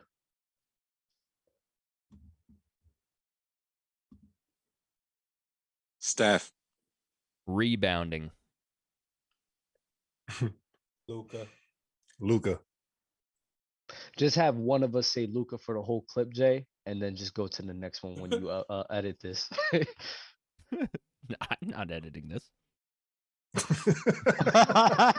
You gotta edit this, bro. Not me. I'm not editing this because it's about to be a war. He ain't got nothing to edit if you don't answer, Dub. I said Luka. All right. Or did I say Luka? I don't even remember. Luka. Handles. Steph. Steph. Steph. Steph. Okay. Isolation scoring. I he was know you not- want to say something. I know you want to say something, but Luka's handles is tough for sure. It's just not Steph. That's all. I'm thinking about 2016 Steph right now, and it's like, yo, them handles is crazy. Isolation scoring. Yeah. Steph by a mile. Stop. By a mile? Nah, bro. I could have said a kilometer, but I said a mile. I was being generous. What was it? Isolation scoring? Yes.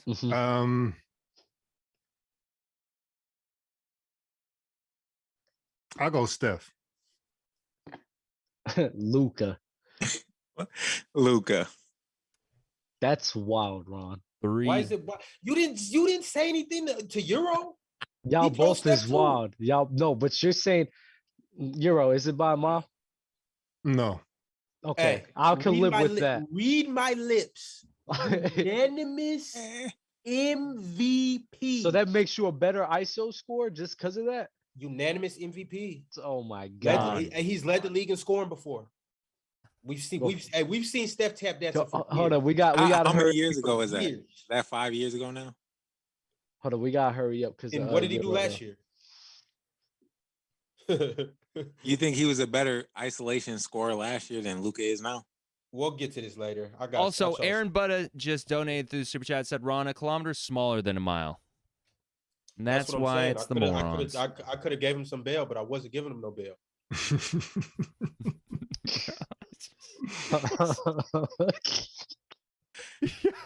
3-point shooting, Ron. You got a beef with Luka. He's getting the James Harden treatment.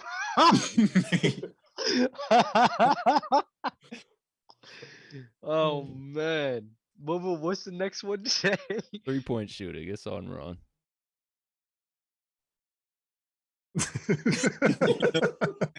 Yo, come on. What's the What? measurement? What's the measurement? Yeah. What is it? By 6 light years? Facts. That's disgusting. Yeah, I got Steph. Yeah, I got Steph. Steph by a mile. Yeah, Steph by quite a bit. Mid-range. You're gonna go Steph. Steph. Jay, do you have post scoring in here? At it. Do you have post scoring as a? No. You don't, No. Luka. It's tough. I feel like neither of them really shoot middies like that. I agree. That's why I was just going off of the ability to do that. So if it's shooting, Yo, I'm are going you with Steph. serious, Jeremiah? Luka Doncic. Luka works in the Did you mid range, watch him bro. last Like series? Bro, Luka works in the mid range. He was putting DeAndre Ayton in a casket in the mid range. And that should be it'd be slow as hell. It'd be the slowest thing. It's just like little step back. He Let me said, do a little post move. It's like slow as hell. It just be going in, bro. Yeah. Who would you say, Jeremiah? Who would you say, Steph? For what? Mid range. Yeah, I'm gonna go Steph. Scoring at the rim.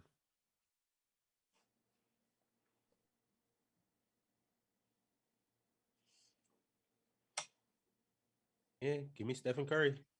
Steph.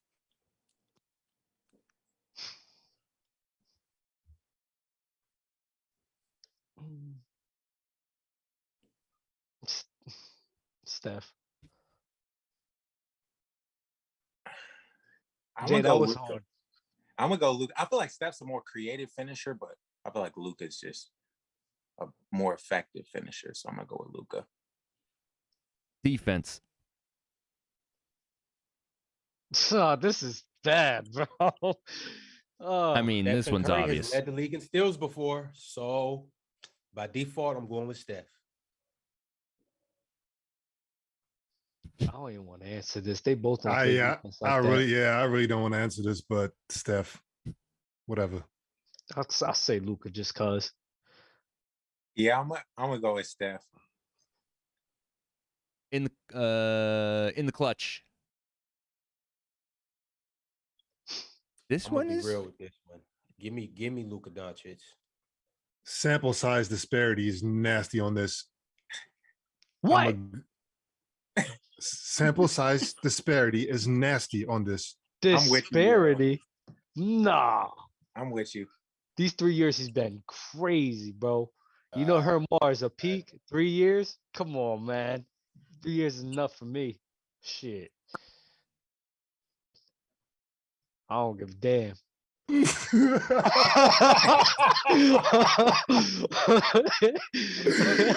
Oh my God. I'll go Steph. Luka Doncic. I want to go with Steph. better overall, Ron. Remember that Miles statement I made earlier? Bring that back. Luka's right here and Steph is way up here. Steph better by a mile overall? Right now, Ron? Career. More complete player. More complete player? I mean, That's well, better overall, isn't it? Rebounding, like everything. yeah. Post. Okay, Luka got rebounding. He gave You Steph a lot chose of Steph for chances. defense. I chose Steph for defense. You chose Steph for playmaking. Scoring, Steph just won all the categories. Yeah, but I mean, I'm not just adding the one, like those categories that we just had the verses about, like up, and then say, you know what, whoever had more is going to be the better overall based off of that. Like, there's more to the game than just those categories, is what I'm saying. You know that. If I am choosing one of these guys to be the starting point guard of my team, I'm taking Steph probably 9 out of 10 times. That's not the question.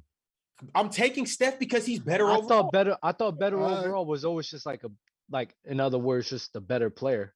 That's what I always thought. Stephen Curry is a better player than Luka Doncic. Like, right. Oh my God, you guys then took this series, this little 6 games versus the Jazz. It's been doing this Chris for Paul years, holding, bro. And now all of a sudden we're putting Luka Doncic in the Jordan hemisphere. I'm not. Are we serious? He put himself doing there, that. bro. Look at what he's done. Look at the stats and numbers, so bro. Luka's on Mount Rushmore now? No, he's not. We're forgetting championships that have been won. We're forgetting a dynasty from the Warriors. This is the point. We're forgetting unanimous MVPs. This is the point. Ron, we're talking about right now, though. What we talking He's about? better than him right now. He's on a better team. So look, Steph's on a better team with more players, so he can't really get in his bag the way he does. But I guarantee, just like last year, if Steph didn't have all of these players, he just led the league in scoring last year. What Ron, are we who talking are all about? of these players? All of what players? Who are all these players? Klay Thompson.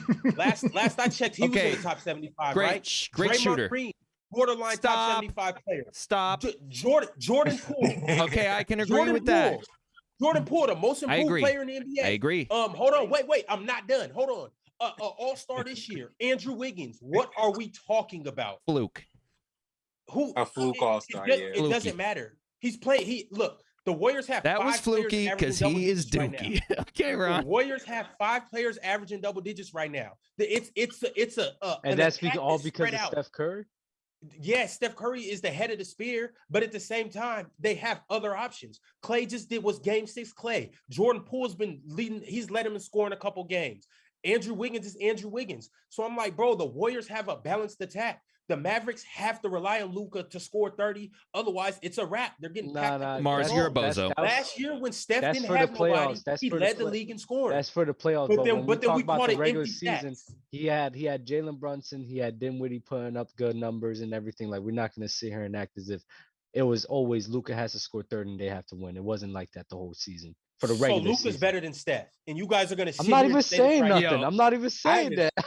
So Luka's better than Steph. I don't know. So, and I'll be real. Here's the thing. Oh my God, it's not. Recency bias is a crazy drug. I'm telling you, it's like heroin, crack. The Warriors are not like a landslide. It's not like a landslide. But can I tell you guys, this bozo in the chat, this is hilarious. Guy comes in here. First thing he says, begs to be on the show. Then he goes, this shit's dry. Then he asks what we record the podcast on. And then he just said, bro, that joke was ass, white boy. So, like, who the fuck is this moron? This is hilarious to me. Yo, yeah, that's some weirdo activities. That's some up very there. weirdo crazy. activities. It's crazy. He got a whole lot to say about a show apparently that he don't even like. So Well, yeah, I he don't know wants why to he join thought it, but congrats to How you never gonna- how joining you gonna Player's want- Choice. That was great, man. That was How you quick. gonna That was the wanna join quickest it? zap I've ever seen. Damn, that was a quick zap. Jeremiah, who's a better player? Because I don't know yet. who's the better player right now? Where's Yeah. Mars when you need him? I never thought I'd be trying to summon Mars on the show. Mars, Show that. we miss you. No. We Hold miss on, you, Ron. Mars. Hold on, Ron. It's you ain't- close. Damn, I ain't even said my answer yet. I'm about to say Steph. It's Steph. Steph's the better player right now. Listen, bro, it's close, bro. It's close as hell for me. Yo. We'll wait for Yo to get back, and then we'll do some Giannis, Q&A. KD. I gotta think about that. Honestly, I don't even know yet. Dub. Can you please let me know what it is for you to think about, like why it's such a hard decision?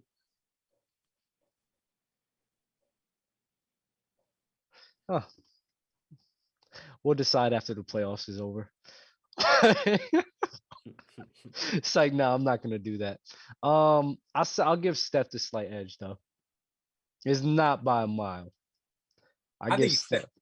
Steph is just such a force multiplier. Like he's just such a like. It's the impact, like the Yeah, impact that carries with him is crazy.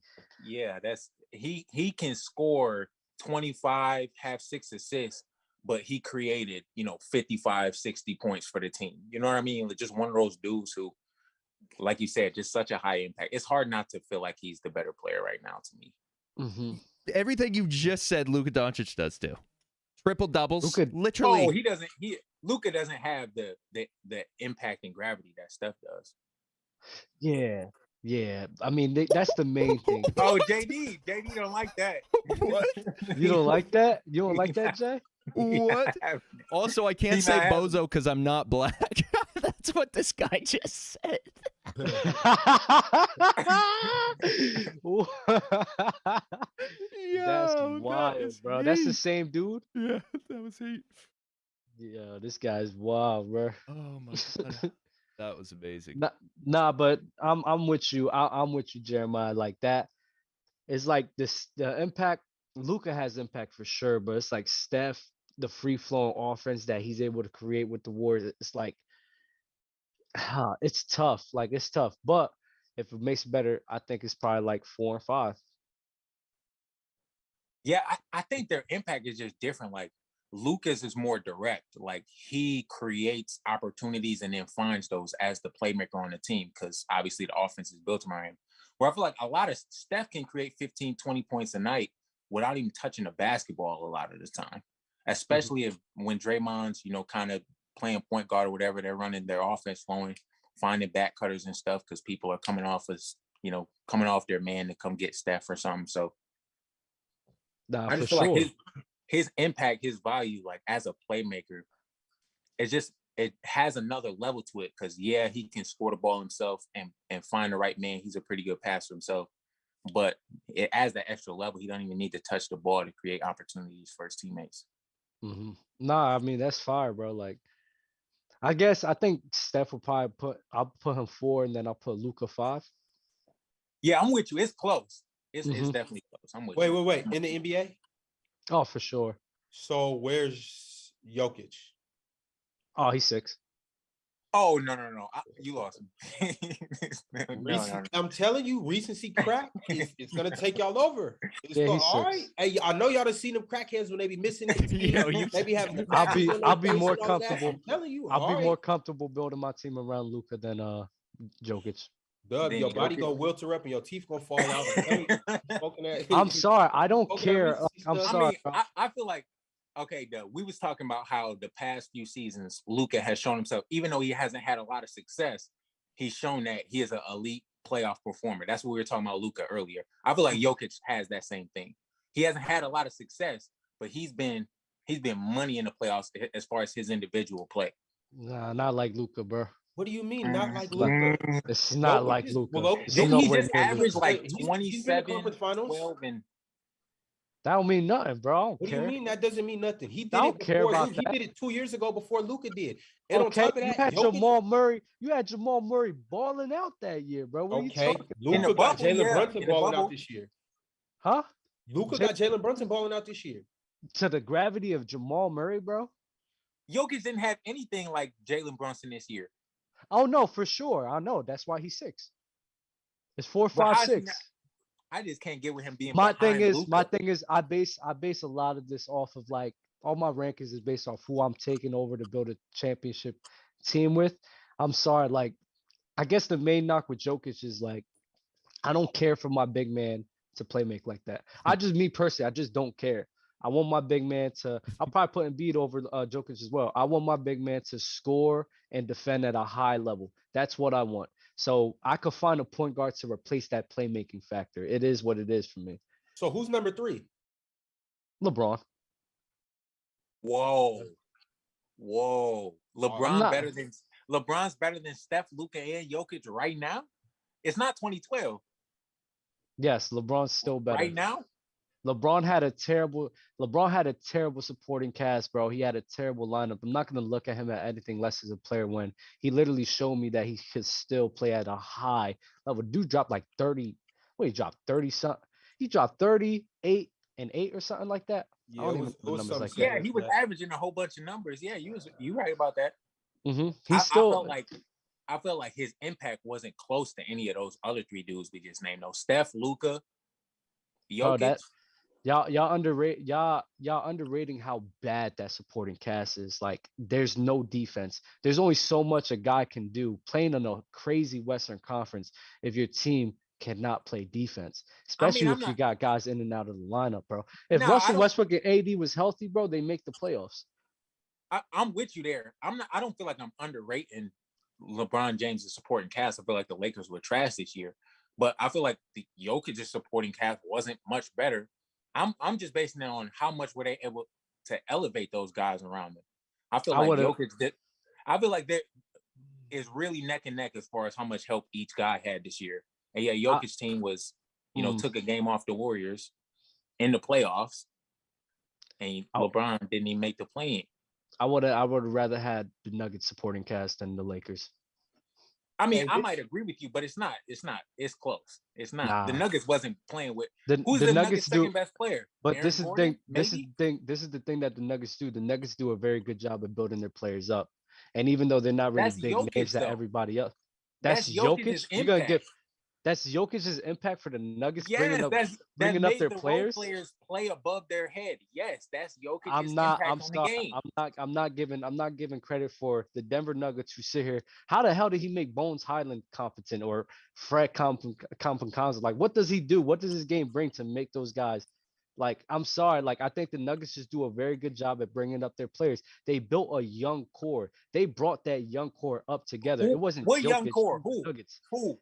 Jamal Murray, Denver Again, Nuggets. they didn't play Michael this year. We're Porter talking about Jr. right now. No, Jamal this is didn't the play this year. This is the history that the Denver Nuggets has. So I'm sorry, I'm not gonna sit here and say that. But you saying you talking about LeBron is better than Jokic this season? I'm talking about this season.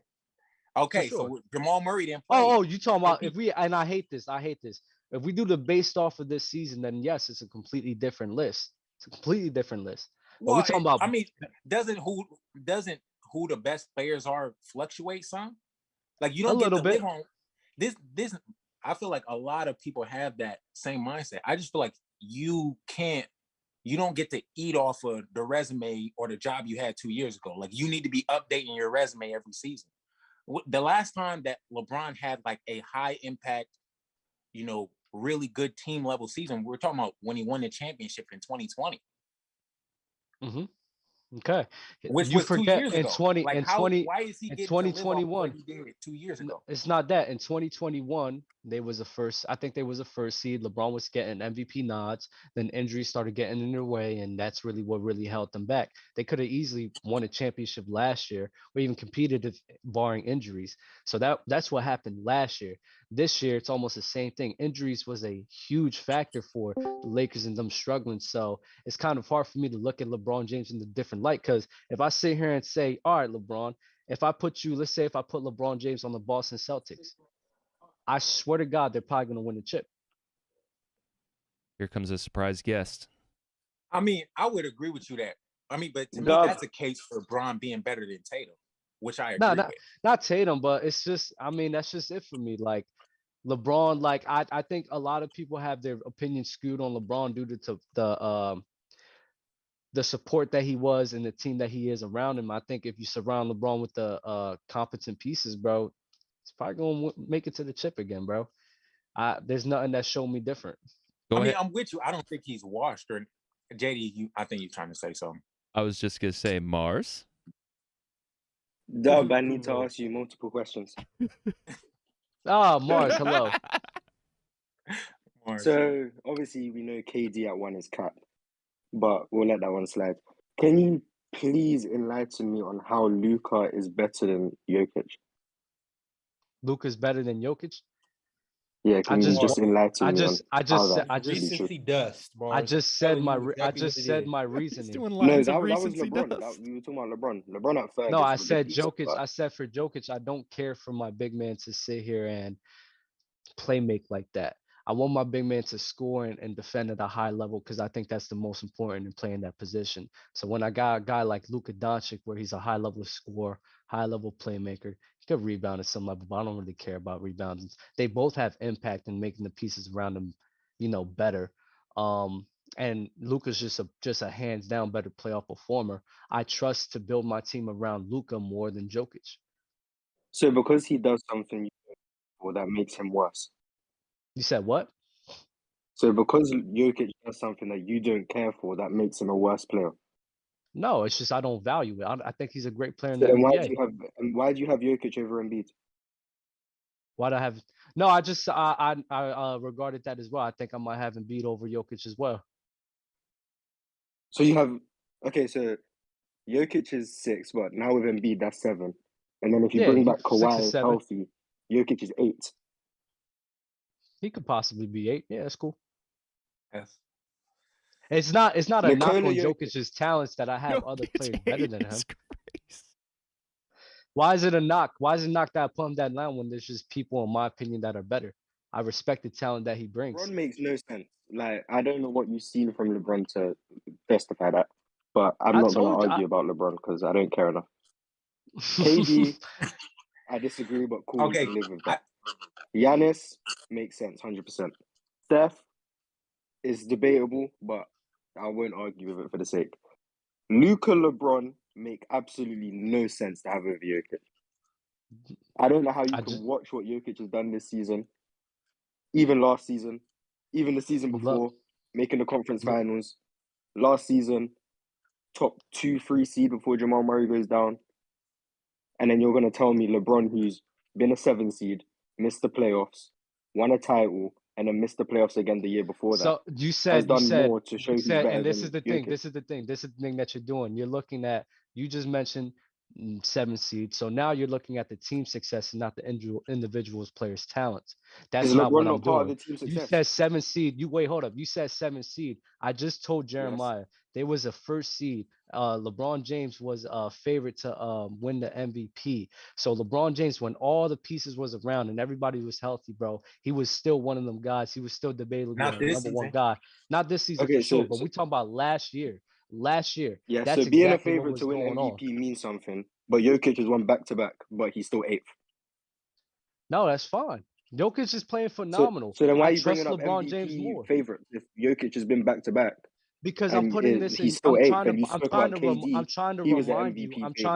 trying to remind you, Mars. But MVP doesn't matter when Jokic is actually winning. I'm trying to remind you, Mars, on how high of a caliber or level that LeBron James was playing. Because you're forgetting that, and you're having recency bias because it's been a long time since you've seen that. LeBron James and the Lakers have been Injuries, all of that. Like I said, what I told Jeremiah, if I put LeBron James in a place where there's stability, where there's not really that many injuries, I say the Boston Celtics. But even if you put Jokic in the Boston Celtics, they could be a better team as well. But if you give him a team with a good team makeup and everybody's healthy, I trust that whatever team he's going to be on, they're going to be a championship caliber level. They were losing with Anthony Davis, and he played half the season. Jokic hasn't had anyone close to AD, even for the whole season. Give him a whole season of Monte Morris is worse than half a season of AD. You do realize that Russell, AD, and LeBron, they always in and out of lineup, and chemistry does matter when all those three guys who play very different. Yes, the chemistry matters, Mars, when you're trying to build a team and build a whole team where Russell and LeBron James, they need to find a fit. I understand they were losers. So chemistry explains being worse than the San Antonio Spurs. No, chemistry makes you understand the fact on why they were struggling like that. You can't sit here and gather pieces like that and just expect to win automatically. Not every team is like that, bro. I can expect you to be a top 10 seed if you're a top 3 player in the world. Who, LeBron? That's the bare minimum requirement, a top 10 seed. 2 of the teams had a below 500 record and we're a top 10 seed. There's no explanation for a top 3 player who played at least 55 games, had a losing record when he played, and isn't a top 10 seed, and you're telling me he's top 3. It doesn't make sense. I think he's top 3. I don't know what else. So you're living in the you're past. You have James Harden you're crediting you're crediting the team's success. That's what you're doing. You're saying players you're not have an impact on their team's results. Do they not? Mars, do you really because think you that spoke, you spoke about No, let me ask you this. I need to ask you this for real. I need to ask you this for real. The Lakers are trash with LeBron, and let me ask you this for real. Do you really think Jokic could have done a better job? Jokic do a better job with a trash team this 55. Year. He played 55 games. Do you think that Jokic could have done a better job in those 55 games? 100%. Huh? Yes, 100%. Not to mention the fact that Jokic then we disagree. Then we disagree because Jokic don't play defense like that either. So the defense is still going to be a liability. Cool. And I don't know what the hell you want him to do because there's not that many guys on there. We just disagree, bro. I'm sorry. What do you mean not that many guys?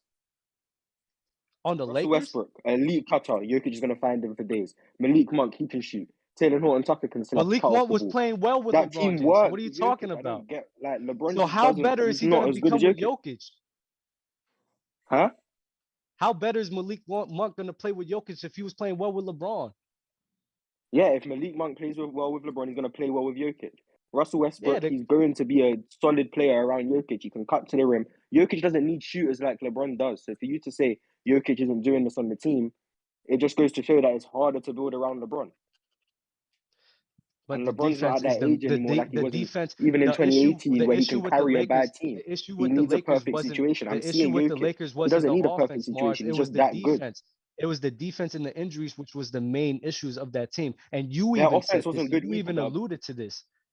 Their Bro, offense wasn't good. I don't see how much the fucking offense is going to be better with Jokic. I'm sorry. You see? I don't. I just don't. What do you mean you don't see?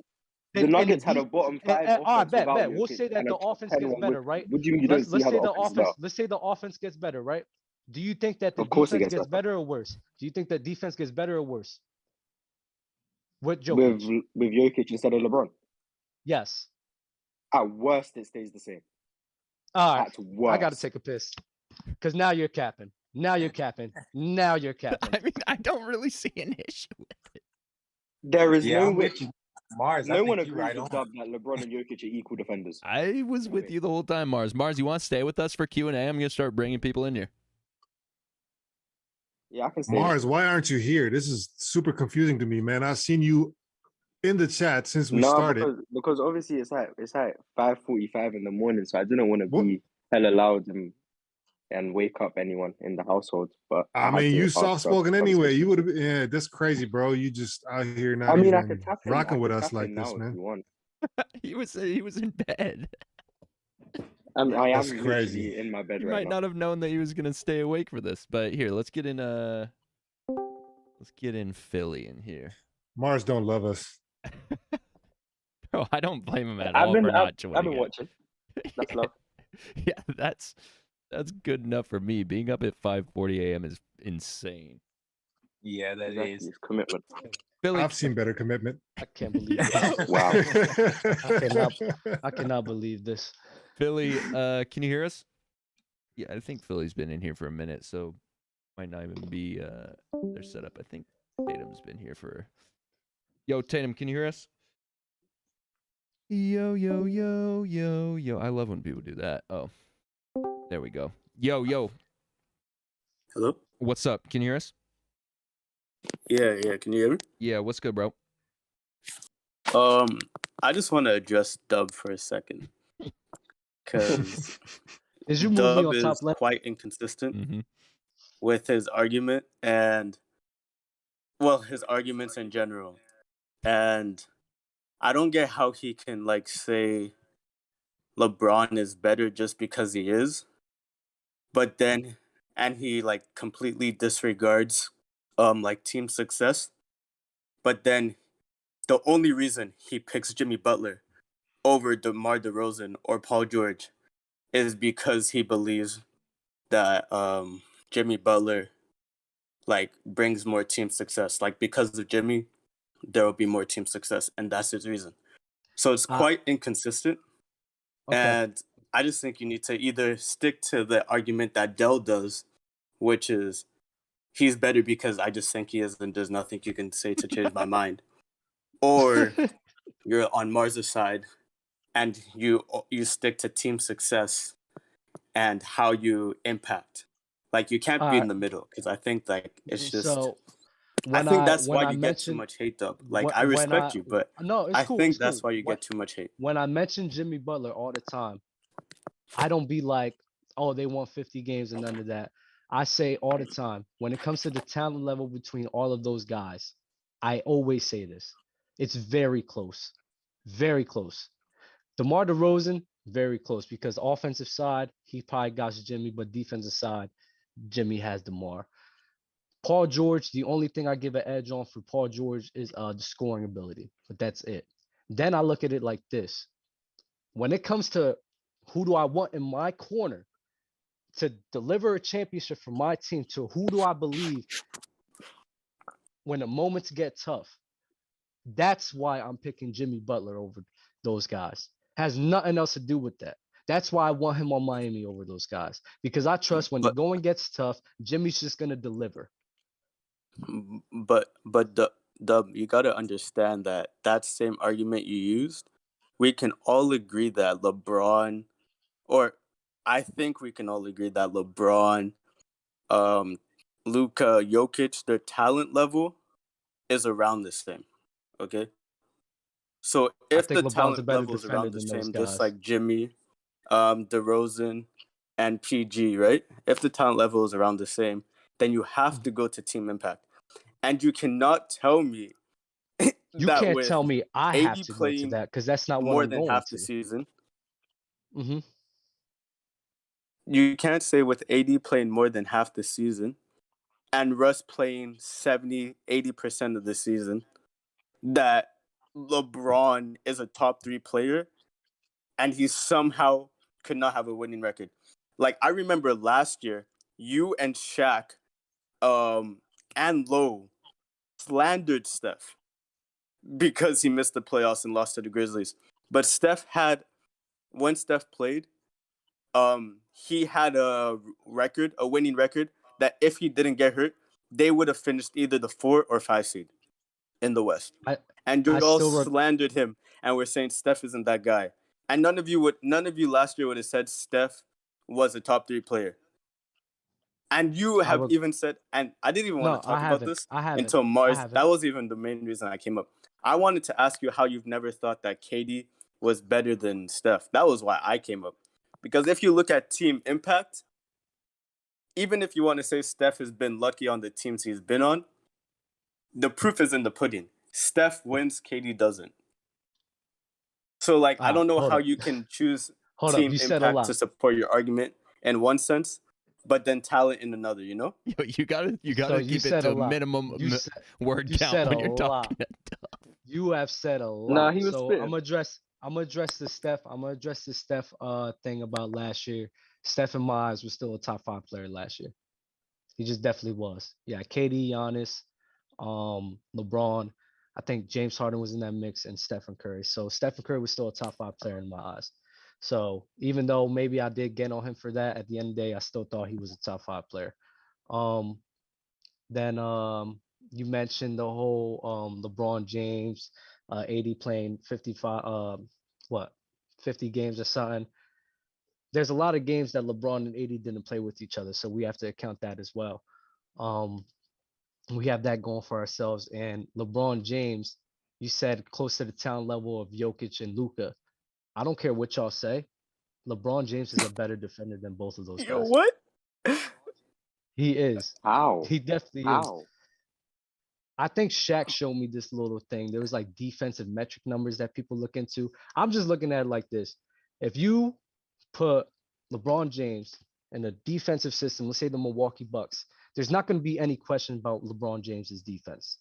There's not, because he has a supporting cast that can help him out with that. And then it would just appear to you guys that his defense isn't a liability. But because he's on the Lakers, bro, you have this false skew that he's not able to guard as well when nobody on that team's able to guard. It's very hard for a guy to showcase their defense when the team is a terrible defensive team. Then the last point you addressed was Kevin Durant. It was Kevin Durant, right? Yeah, like just how like and how you I say remember when I know I have to go soon, but I remember Shaq. Mars was arguing why KD was better than Steph, and he brought up double teams or whatever. And then Dell asked you like, has Steph ever been better than KD? And you said never in life. And I'm like, never in life. If the impact if Steph keeps on winning, and if he keeps on winning and he just produces consistently, just like Jimmy Butler does, then how can you say that like Steph has never been better than KD? Like not even for a little bit. You know what I mean? You guys are measuring. That was my main problem. I hear you. Again, you guys are a lot of the time you're measuring the team's success. There's not been a lot of playoff series for Kevin Durant where I sat here and said, damn, KD, you really dropped the ball. There's really 2. It's the one that just happened, and then the one against Golden State. I was like, yeah, you really dropped the ball. But other than that, KD has consistently showed up every single time. Even when he went up against Miami, he was giving us buckets, bro. He was showing up. He was doing this thing. He's always been doing this thing. So again, in 2015, if I put KD on that Golden State Warriors team, I think they do the same thing. Heat. Tatum, I appreciate you tapping in, bro. All right, thanks, man. See you. Thank you later. Vendredi, let's get Vendredi in here. Mars, you still with us? You awake? Yeah, I'm Mars is here. listening to Dub, you nonsense. Yeah. Hold on. I believe at the beginning of the show, JD said something about wanting to, get this video up to like 500 likes or something like that. Oh, you're not wrong. And I'm looking at 162, so the math ain't mathing. Can we get some likes, please? How many people watching? The math for sure ain't liking. Or the math. How many people watching? The math ain't liking. The math definitely not liking. The math ain't liking, bro. This is crazy. Come on, math. Start liking math. Vendredi's not saying nothing, so let's get my guy Leak. Leak. Also, Manny Too Fresh donated through the super chat, said Henny Dub got LeBron over Joker this year. Insane. What's good, Leak?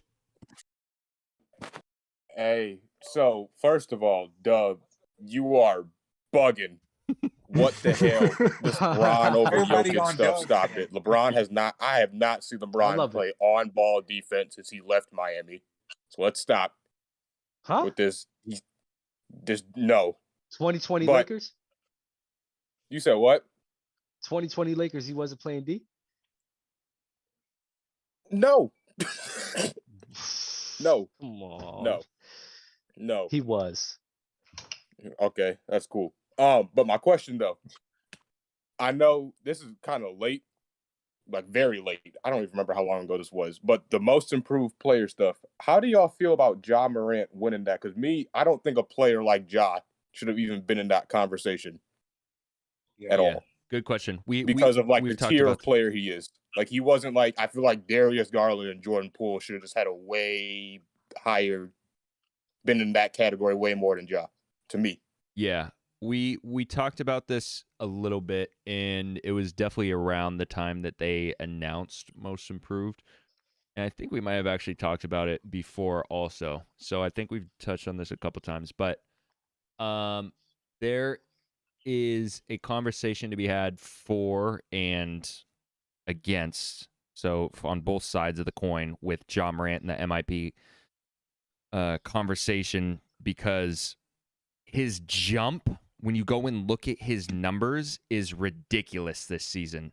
So yes, when you look at him, you might expect him to do that, but the leap was pretty drastic, and so you kind of have to look at him in that light, which is crazy because he was getting looked at as MIP and MVP.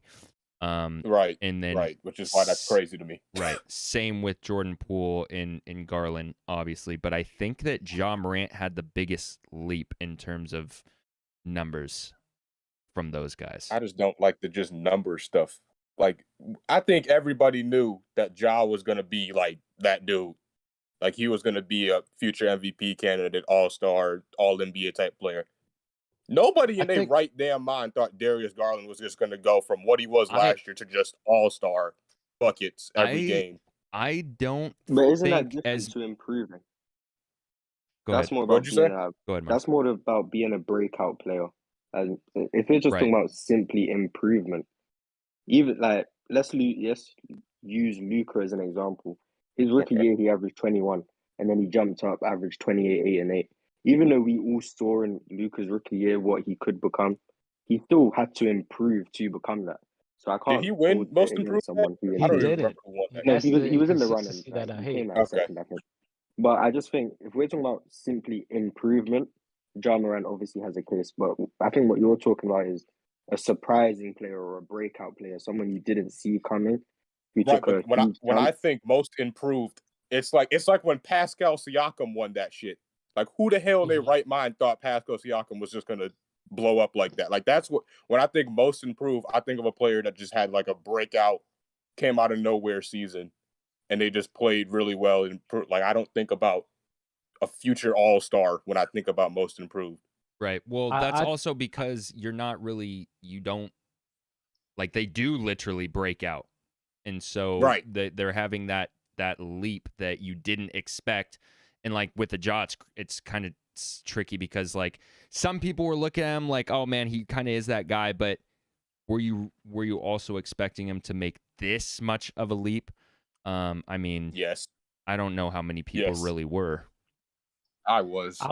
No, I people think a call lot of JD people crazy for saying he'd be better than Trey. Exactly. That's why I'm like, I don't know how many people really saw this coming. I think a lot of people were. I did. I thought he was going to be better than Trey. Personally, I did. So did I, but Trey's not a high bar. I think I think a lot of people were expecting this jump to eventually happen. I don't think they expected it so soon, though. Sure. I think maybe it's a little bit of a conspiracy, but it is what it is. I can be a conspiracy guy sometimes. Maybe the NBA, yeah, I'm about to say it right now. Maybe the NBA was just looking at Ja, looking at the league he's in. It's like, you might not win MVP. You might not even win. Let's just give him something. Let's just give him the most improved player award. You know, this is a little bit of a conspiracy thing. There's not really facts. So generally I think maybe speaking, that's not a conspiracy. Yeah. I don't know if that's applicable to this, but that's not a conspiracy though. That the NBA doctors the numbers in order to give awards to who they want to give awards to. Yeah, so maybe they just gave it to him just to give him like a little thing on his accolade bar. Because it's like you said, Luka definitely could have won most improved player. There was no reason for him not to. Right. If we're just going off numbers wise, basically. Like numbers wise, yes, Josh should be in most improved. But when I think most improved, I'm not thinking just, oh, my numbers went up. It's like, what type of player were you before this year? Yeah. And then Ja, it's just, I don't know. To an extent, I agree with you. But I like Mars said, most improved is most improved. It's not, most. Like LeBron jumped from 25-5 to 27-7-7 if he didn't win it. Like, that's just crazy. Like, yeah. You said 25-5? Yeah, like LeBron in his rookie year was 25-5. And then his second year he jumped all the way to 27-7-7. He could have won most improved player then. I gotta see who won that year though. I'll be back to you. I'm about to say, yeah, I have no clue who won it that year, so I couldn't even tell you that. When he repeated the numbers again, I was like, that didn't seem like that crazy of a jump. Yeah, it only went up by 2. That's what I was thinking, but I was like, well, who else was I thought playing? he was about to we'll wow see. me. There must have been a huge jump because that was not very big. But anyway, Leak, thanks for tapping in, bro. Yep, no problem, yo. Appreciate you. Have a good one.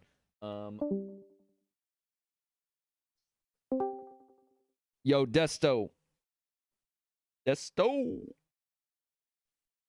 Yeah, I'm here. Yo, what's good, bro?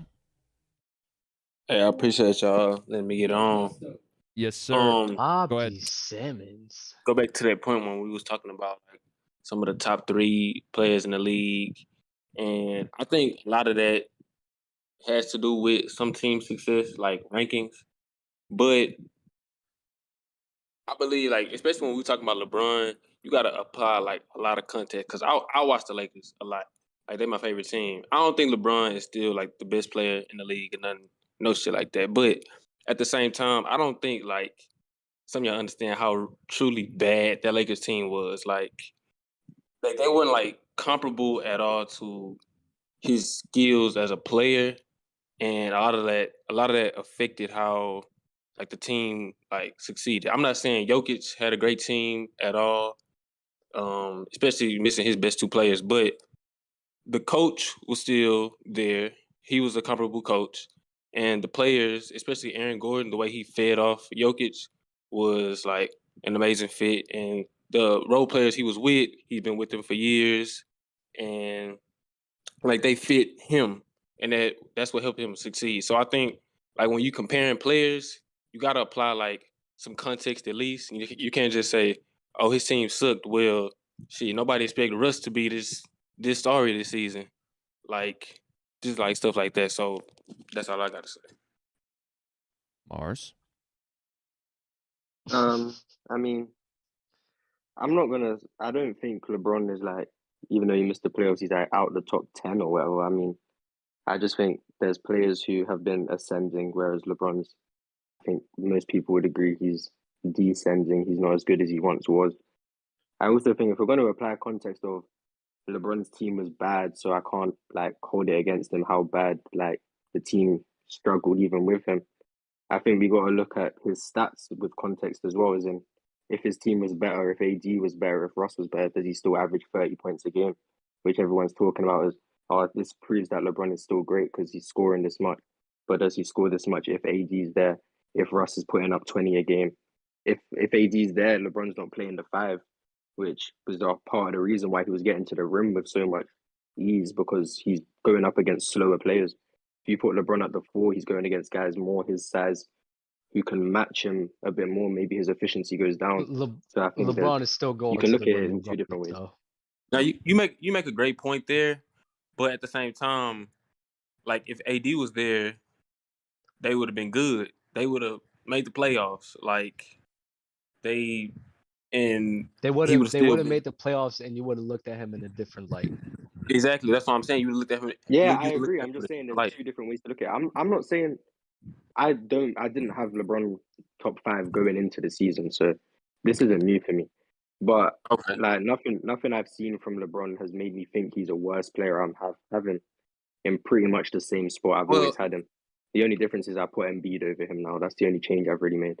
But you said you didn't have LeBron top 5 going into the league and going into this season? Going into the season, no. That's interesting. Well, did you have Steph top 5 going into the season? Yes. And he was in the same position as LeBron is in right now. Well, Steph was much more impactful last season. So what LeBron well, I mean, is his team was still at home. They didn't make the playoffs. I mean, they made the play and they were an 8 seed. They were 37 and 26 with him, 2-7 without him. That's the only reason they were in the play-in to begin with. And the Warriors team last year, if you want to try and convince me that this Lakers team is worse, I'm going to disagree. But I'm not saying that, but like a lot of like the reason you rank is based off like how the team succeeds. I understand the team was pretty decent with Steph and they were bad without him, but I mean at the end of the day, where they end up is where they end up, and I don't know. I mean, I respect Mars, it. where did you rank LeBron in the beginning of the year of The beginning of 2021? this season, I had him. I had him after Giannis and KD. Now Yeah, me now too. right now I have him somewhere in the top 5. I have him after Jokic right now, but I think it's like that whole top 5, it kind of fluctuates after Giannis because a lot of people have a case. You have to apply like some context to why, like what position each player is in. Like right now, like of course Steph has a high seed right now because Jordan Poole is better. Clay has came back. Wiggins, he was playing pretty good earlier this season, and Steph actually as a player, he dipped off from last year. So it's like, it's kind of hard to put players in certain positions just off team success. I just watch how they play, and from like the past 4 years watching LeBron, I don't see a drop off personally. Like I don't see how he's just dipped off as a player. Like how people would view him now. I think Giannis has surely passed him, especially being the dominant two-way player that he is. But any other player, I just don't see how you can definitively like say, oh, this guy has passed like LeBron. I weigh team success as well, so that's why I got Jokic, especially the fact that he's been winning MVPs. So but you have LeBron number 2 right now. No. Right now, I have him 4. somewhere in the top 5. I can't really rank after Giannis. It kind of shifts, but I got Giannis number 1. But after that, it can fluctuate because like if LeBron comes back next year and is with AD, then shit, he could pass. He could be better than anybody else right now. But at the same time, I mean, I apply context to the way I view LeBron after this season, and the way I view Steph, the way I view KD, Jokic. That's really my top 5 right there. Gotcha. Giannis, Steph, Jokic, Luka, LeBron. So you said you feel like LeBron is not, or he's just as good as he was, 3-4 years ago. You think he's just as good as 2020 LeBron we saw in the bubble? I believe he's still the same LeBron from 2018. Personally, I believe like even in 2020 and last season, he was a beast defensively. Now this year, he wasn't as good defensively because his team wasn't as good defensively. He has to take a more offensive approach and save his energy. So that's why you see him lackadaisical on defense. But if you look at the 2020 season, the 2021 season, they had like the first and like the third best defense in the league, and he was performing at a high level on that end. And the 2020 and the 2021, he was an MVP candidate. He finished second after Giannis, and then the second year he was playing great, but then he got hurt, and then they finished 7th. But I don't see a drop off from 2018 to now, especially him as like a scorer. I mean, he led the league in assists 2020. I don't see how he dropped off as a facilitator. He's scoring effectively. I know Mars said because he's been playing the 5, but still, even like from the start of the season, he was scoring like 30 plus, like efficiently. So, I mean, just watching him as a baller, I don't see a drop off from him. The only person I've seen that passed him, like as far as elite two-way dominance, dominating the league, both ends of the floor, is Giannis. That dude is a monster. That's why I got him. Anybody else is kind of debatable. Interesting. I guess the one thing I have an issue with, I agree with you. I think overall on, the context around LeBron and team success kind of changing the way we viewed him this year. But I think to call him, to say he's just as good as he was in 2018, I don't know if I can go that far. I think defensively, especially, he's not what he was. I think he's a little, maybe a step slower than he was too offensively. I don't see the 2018 LeBron. I think 2018 LeBron on this Lakers team, they're in the playoffs this year, in my opinion. Well, because that 2018 LeBron, I don't know, because like they number one, they were in the East, so it was kind of, see, that's the context right there. They were in the East, it wasn't as good, and then they got up to a great start, then they lost like a million games in a row. They had to trade half the team and rebuild and you know, all type of like crazy stuff like that. But I watched LeBron 2018 year. He wasn't playing like defense. He wasn't great defensively until like the playoffs, where he always kind of like step it up. And then the following year with the Lakers, he was great. He was an MVP candidate until he got hurt. And then the following year again, you know, they won the championship. And I don't know. The only thing I would say that's different from 2018, there's been a lot more injuries with him. And when he comes back from those injuries, he doesn't like recover the same. Maybe that's due to age. So if you want to knock him because of that, then I understand. But as far as like performance and the way he's like, I don't know. I just don't see like the huge drop off. I see what you're saying. I definitely see what you're saying, because I think the point is that LeBron James in 2018, he was going up against the East, and the East was god awful that year. Like, so he looked a lot better. So he looked a lot better when you look at the numbers. He not played the numbers, all the games too. He played 82 games. So when you look at their record, when you look at the team's record when they went up against the West, I think they were like 15-15 or like 12-15, something like that. I looked that up a while ago. I don't remember the numbers, but I think it's around like 500 or below 500.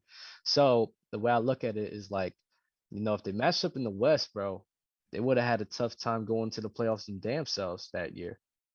So that's why I say, especially matching up with like, let's just say like they matched up with like New Orleans. In New Orleans, they swept Portland that year. That was like a surprise. I feel like if the Cavs matched up with New Orleans probably would have did the same thing. So that's why I don't know. It's context you can apply to everything, but like just like LeBron as a player, I don't see like the huge drop off that some people see, but I can see how other people rank Jokic and Luka and players like that above him right now, but I don't know. That's just brother. me. Thanks for tapping in, man. Yeah, appreciate you, Desto. No problem. Thank you, bro. Digit, what's good, bro? You can hear me? Yes, sir. Can you hear me? Hello. Can you hear me? Hello. Yeah, I can. Hello. Okay, fire. What do you got for us, bro? Well, Mar's still here? Yeah, I'm here. What's the chances Nets go to the finals next year, and can Kyrie get an MVP before Luka? The Nets go to the finals next year. Was that your question? Yeah. What's the chances? If the Bucks are hurt, Boston are hurt, Philly are hurt, then I'd give them a 50-50 chance. And Kyrie will never win an MVP in life.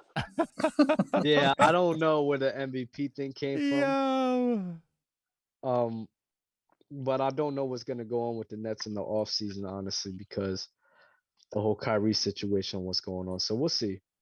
I want to see them with Ben. I want Ben to get right, get healthy, get back to who he was, because I feel like he could really cover a lot of the holes they have right now. But obviously, the man didn't play basketball at all this season, so who knows when he's gonna play again. But I just gotta see it. I have to see like who is Ben Simmons right now. Who is it? I want to see them with a new coach. So even if you go back to normal? What's normal? I mean, you mean like everyone 100%? The one everyone was killing. Yeah, like regular all-star Ben Simmons. But no one liked the normal Ben Simmons. But now he's on the Nets. All of a sudden, everyone's saying he's the difference maker. That's why they're saying that because of the supporting cast that he's around, it'll be an easier fit. So if he's playing the same level on that supporting cast, it'll be easier because again, he doesn't have a Joel Embiid to, clog the floor there. He has Kevin Durant and Kyrie where he could play better off of them, way better than he could ever play with Joel Embiid. Yeah. But the issue people had with Ben was he didn't shoot the ball. What does that change with KD and Kyrie? Well, he shot like 35% easier with KD and Kyrie scoring. He won't have to shoot as much, honestly. Yeah. Okay, so what happens with the 35% free throw shooting? I'll say the same thing about Kyrie that I did about Ben Simmons. He may not even play next year. He may be done. Yeah, Ben Simmons, crazy. Yeah, Kyrie. That's why I'm saying I got to see that first. I don't think he's done. Well, I don't think that's ridiculous to say. It's not. It's not. Yeah. It's not And ridiculous. Nike about to drop him too. It's not. You heard? No, You it's see- not you seen the ridiculous, but reports? I think he plays. No, I was talking about as in like the Nets aspirations. I don't want to comment on that yet because I want to see how this Kyrie issue goes. I don't. They think, have aspirations. You see what the GM said, right? Yeah. He was like, "Bro, he need to get on board, or he need to get the fuck on." Yeah, I I know, don't yeah. think that Kyrie sees himself out, but if the NBA or like a who knows what team it will take to push him out, then I could see him leaving. But like on him just leaving, I don't know. I can't really see him just quitting like that. I mean, we've seen athletes do that before, and it just seems like at a point, like Kyrie's at a point where he just doesn't seem happy playing basketball. I don't know, but I feel like let me that's where rephrase that. he is I think happy. he's happy playing Yeah, yeah, basketball, yeah, but yeah. he's just not happy playing like being made to play basketball in the time and space that he's made to play basketball. Yeah, you know, I can agree with that. I see what you mean, yo. that's yeah. assuming a lot, of course, Yeah. outside looking in type of perspective. You know what I mean? Right. So Kyrie, forgive me, but you know what I He mean. This loves is what it playing seems ball, like. but all the drama. he loves that has basketball. been We know going that. on I and think he will everything. equally be satisfied playing somewhere in a rec league if the competition is good enough for him. You know what I'm saying? For sure. Yeah. Like he Yeah, I just do. likes playing basketball. Yeah. So. Digit, thanks for tapping in, bro. Yeah, go on. Appreciate you. Let's get Pingus Maximus. Pingus Maximus. Pingus Maximus. What's name. good, Pingus? What's up?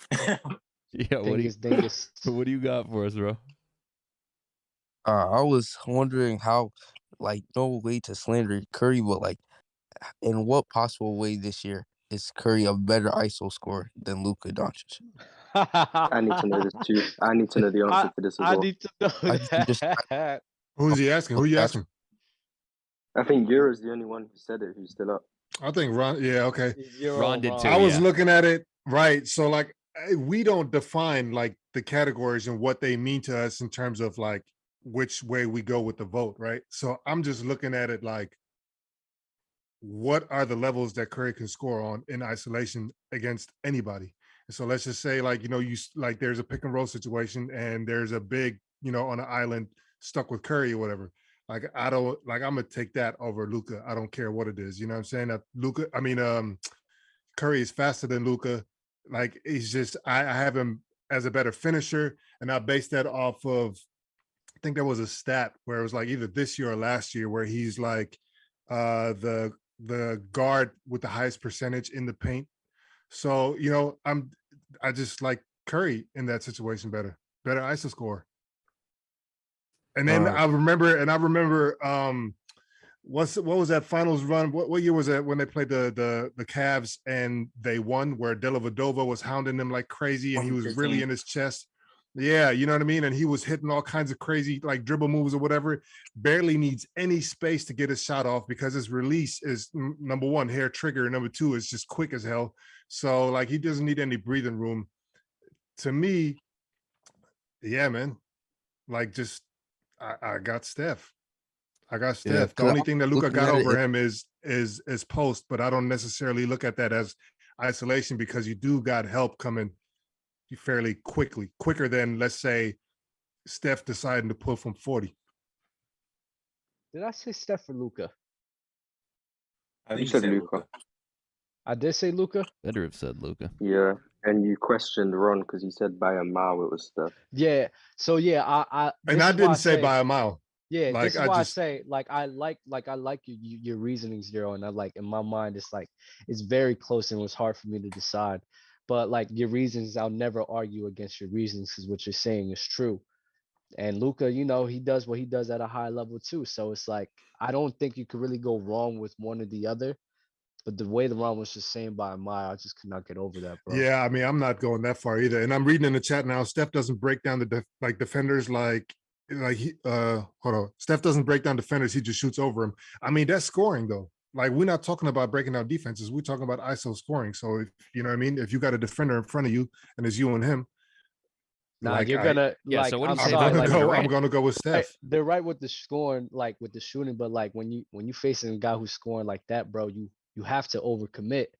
So when you overcommit like that, it's especially with a guy with Steph's handle, it's easier for him to blow by you.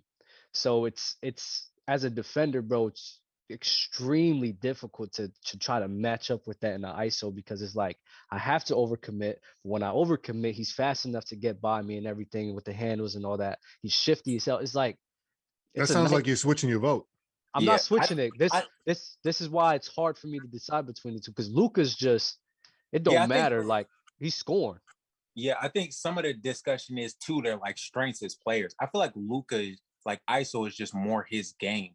I've never felt like Steph was like a heavy ISO kind of player. I also think some of it is teams don't double Luka like they double Steph. So Steph doesn't get to play in ISO as much as Luka too. So I feel like we don't see it as much because teams are more focused, especially in like pick and roll situations. You could see all series versus the Suns, for example. When Luka would get a pick, he'd get his switch onto whoever and he'd get to play in ISO. You know, when Curry gets pick and roll, you know, they're trapping him and he's throwing that pass to Draymond to play 4-on-3. So I feel like that's some of it too, is we just don't see as much of Steph in ISO as we see with Luka. So because we don't see as much of Steph in ISO, that's why you chose Luka, because you just feel like that's a safer route. I do feel like, I guess I was more so agreeing with Dub that it's tough. And like on one hand, I feel like ISO kind of favors Luka because that's his game. He doesn't. I would consider him a better ISO player, but on the other hand, in Steph's defense, he just doesn't get as many ISO opportunities. It's hard to call him a better ISO player when you just see it half as much, I feel like. I see what you Do you guys want to hear some isolation stats? Oh, If that changes anyone's mind. Well, in the playoffs this year, Luka isolates 9 times a game. Steph isolates 2.5 times a game. Luka scores 1 point per isolation possession. Steph scores 1.3 points. Luka shoots 44% from the field. Steph shoots 61%. Luka turns it over in isolation 13% of the time. Steph turns it over 7% of the time. And Luka gets an and one in isolation 3% of the time. Steph 3.5% of the time. And Luka's effective field goal percentage 53%. Hold on. Whoa, because you prefaced this with this playoffs, so were all of those stats from this playoffs? Yeah, this playoffs. If you want me to, I can do this regular season as well if you want. I'd like I a think bigger regular sample season size. will be more fair. Okay, yeah, don't look it up. Don't look it up, Mars. I like where I'm at right now. No, because Ron would love this. Ron would love this. But no, Mars, I want to say, what was like? You said the shot attempts was 9 and then 2, right? 9 possessions, 9 possessions to 2.5. Yeah. So yeah, I mean, I'm kind of like I see the percentage and everything, but like with a small sample size like that for like Steph, like it's easier for that to be higher, you know. The stat, I was just reading the stats. I think Luka's better because he does more of them a game. And in the regular season, it's closer. 1.1 points per possession for Luka, 1.2 points for Steph, but Luka still takes more a game. Steph's still so more you chose Luka over Steph in that scenario? He does less. Pardon? You chose Luka over Steph in isolation scoring? Yeah. All right. Simply because of volume. Because it's the same. Going against numbers, I thought that was like your creed. Yeah, true. No, I value number, but for me it's volume as well. Like if I'm looking at someone like Steve Kerr, who leads the league all time in 3-point percentage, but he takes like 2 a game, whereas Steph's taking 11 and he's shooting like close percentages. I'm gonna take Luka, who's leading the league in isolation possessions, over Steph, who's barely top 20. Like even though Steph's more efficient, he's doing it less. Yeah, so I feel that. I feel that. But like, I guess it comes down to the question: is do you think that if Steph increases his volume to Luka's level, do you think he will then dip below Luka's numbers? First of all, I don't think it's possible for Steph to increase his volume to that level. Mainly a warrior system. It's a hypothetical. It's a hypothetical though. But if I were to see that, I think Steph would remain not as efficient as he is now, because I think he leads the league in efficiency. But it would be a lot closer. But I'd probably take Luka because of his size. He's stronger. I think he can exploit more mismatches than Steph can. I just think But I just I'm think with that with too. Luka, I think I it's just both. think with I just think with Luka and Steph, it's like Steph is a matchup nightmare for defenders, but Luka is like it don't matter. Like he's just making the shot.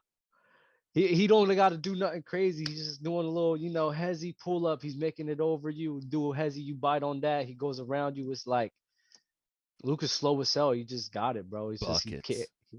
Buckets. Like it's ridiculous. Straight That's my main reason. It has nothing to do buckets. with numbers or nothing. I'm just looking at it like it's like Steph. It's a matchup nightmare, but Luka, it's like you can match up against it, but damn, he's still gonna make it in your mid. I don't know what's worse.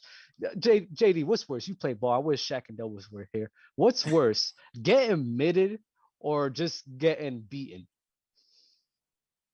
Bro, getting scored on is getting scored on. It all sucks. Getting scored on, There's- but I just want to know, like, what's worse? Me personally, I don't even know either. I mean, It it depends. probably- It depends. It depends what kind of what kind of mid range you're talking about. Are you talking about a step back? Like he really creates separation on you? That could be low key disrespectful. It's more demoralizing when somebody hits it in your grill, like you're up in their face, and they just splash that on you, than like them blowing by you, but also looking slow as shit, and someone just blowing by you is also kind of like, It's like, damn, bro, your feet ain't fast enough. Yeah. So, I mean, just getting scored on just sucks in general, because then you just start getting harassed, and then they keep going at you, and then they're like, wow, And they'd be this like, guy. They'd be like, ISO. Yeah, it's like, it's They'd brutal. be like, nah, I got it. I think mid range is worse because you're truly by yourself. At least when you get beat off the dribble, you can. I don't want to say you can recover if you bouncy, you can like meet him at the rim or like clean it off the backboard, so you can kind of like save yourself. You can also, if you're fast enough, kind of catch up to him and like put your hand on his hip or whatever, to where like you can kind of steer him into the help side or whatever. So I think there's more opportunities for you to still look like a decent defender if you get beat off the dribble as opposed to like a mid range. I mean, a good contest, like, and they hit it, it's like, damn, you can't do anything about it. So, like, I know I just said that was more demoralizing because you did everything and they just splash it in your face. But, like, when you're getting blown by, like, you're just getting exposed. It's just, it's all around nasty. Just getting scored on is disgusting. And, yo, Sloan, you nasty, bro. One of our teammates is in the chat talking trash, too. That's heat. Yo, Pingus, I appreciate you tapping in, though. Thank you. I'm sweating bullets in this apartment. We got one more Q&A, and then we'll call it. It's getting late night, but we had to get this episode in. Zay, my guy Zay, what's good, bro? Oh, what's good? You can hear me right? What's good? Yeah, we can hear you. It's a little good. It's a little low, but A little low. All right, oh, you're let chilling. me You're move. chilling. I'm at work right now, so I got you. I think you're good. I think you're good. All right. For one, what are the likes at right now? Good question. I like that. Zay. 186. Not nearly enough. Man, we gotta get the likes up, man. What are we doing? Let's go, Zay. Thank you, good sir. Yo, Zay from Mob, bro. Jay, stop playing. Man. All right, so I got two questions, but the first one might be good enough. So a player we haven't talked about recently because he's been injured and whatnot. So what do you guys think Zion will look like when he comes back? Because in the debate room a little earlier, we were talking about Zion and the Pelicans and the potential that they have next year with Brandon Ingram and CJ McCollum. And you guys think that Zion has the ability next year to be able to be what he was and drop 27 points on great efficiency? Or do you think his efficiency would drop and he'll go to maybe like 20 points, 21? Because I feel like CJ McCollum and Brandon Ingram take so many shots that Zion might not be able to get the same amount that he used to. Sure. Even though he didn't get a lot in the first place. So we did touch on this, I would say 3 weeks ago or so, and it's kind of two parts to it. One, like you just talked about, CJ McCollum now completely changes the dynamic of that team. Now you have less shots to go around because you got CJ needs to go get his, Ingram's going to go get his. Zion doesn't really, and he never really had to go get his. This is also what we were talking about. He can go get garbage buckets, and he can go get, like, late in the shot clock, dish it down to him, 1 dribble, 2 dribble, lay, whatever. So, like, he doesn't have to create that much for himself. But I think the issue, the bigger issue with the Zion situation is, does he want to be in New Orleans? So what does his play look like if he doesn't want to be there? Is he going to try to play so that he can get traded? And does that look like he's going to play well so his stock stays high? Or is he going to play like meh to try and get out of there? Or is he going to play hard to try and get them into the postseason? So I don't know. I have question marks about it. That's where I'm at with it. Definitely. And the second question, so I keep seeing everywhere after Luka's been on this little playoff run and whatnot. So if Luka makes it to the finals, if he can beat the Warriors, what would his playoff season look like compared to LeBron's 07 year? I think it's Very better. similar. I think it is. Yep. There you go. You got him, I Mars. think it's. I didn't even know you was here. Yeah, I think it's easily better. I think LeBron in 07 is overrated, very, but that's neither What here the nor there. hell? But I think Luka, I mean, beating the Jazz, he was there for like 3 games, so Wait a minute, that's Mars. whatever. Hold on, Mars. Wait, But I gotta beating fix my Phoenix, the screen number real 1 quick. seed, and then Are beating you Golden a State, that's elite. double-holic, bro? I am. I had this Definitely whole not. debate But about Shaq but that one I time. I know you agree remember. with you. That 07 is over. 07 is very overrated. But Wow. Yeah, I agree. yeah. 07's overrated due to the fact that the East was really weak, especially compared to the teams that Luka's playing. Yep. yeah, he beat 2 500 teams, and I think Orlando had a very key player missing. I can't remember who it was. But Luka's team is also miles better. Let me use a phrase that Ron used. I don't know if I can. the Cavs defense Man, was Zydrunas very good that Ilgauskas, year. come on, Cavs bro. defense was tough. Offensively, you can say they were limited. I Ilgauskas agree. was It an was LeBron. all-star, right? LeBron was the offense, Okay. but that team was a defensive team. So I can't say that the team was bad when their whole in the identity East, right, was Doug? defense. Okay. Yeah, since everyone wants Touche. to use that. And I also think if Luka makes the finals, he wins the game, which is something I can't say LeBron did. So I'll say I'd take Luka's run over LeBron's if he makes it.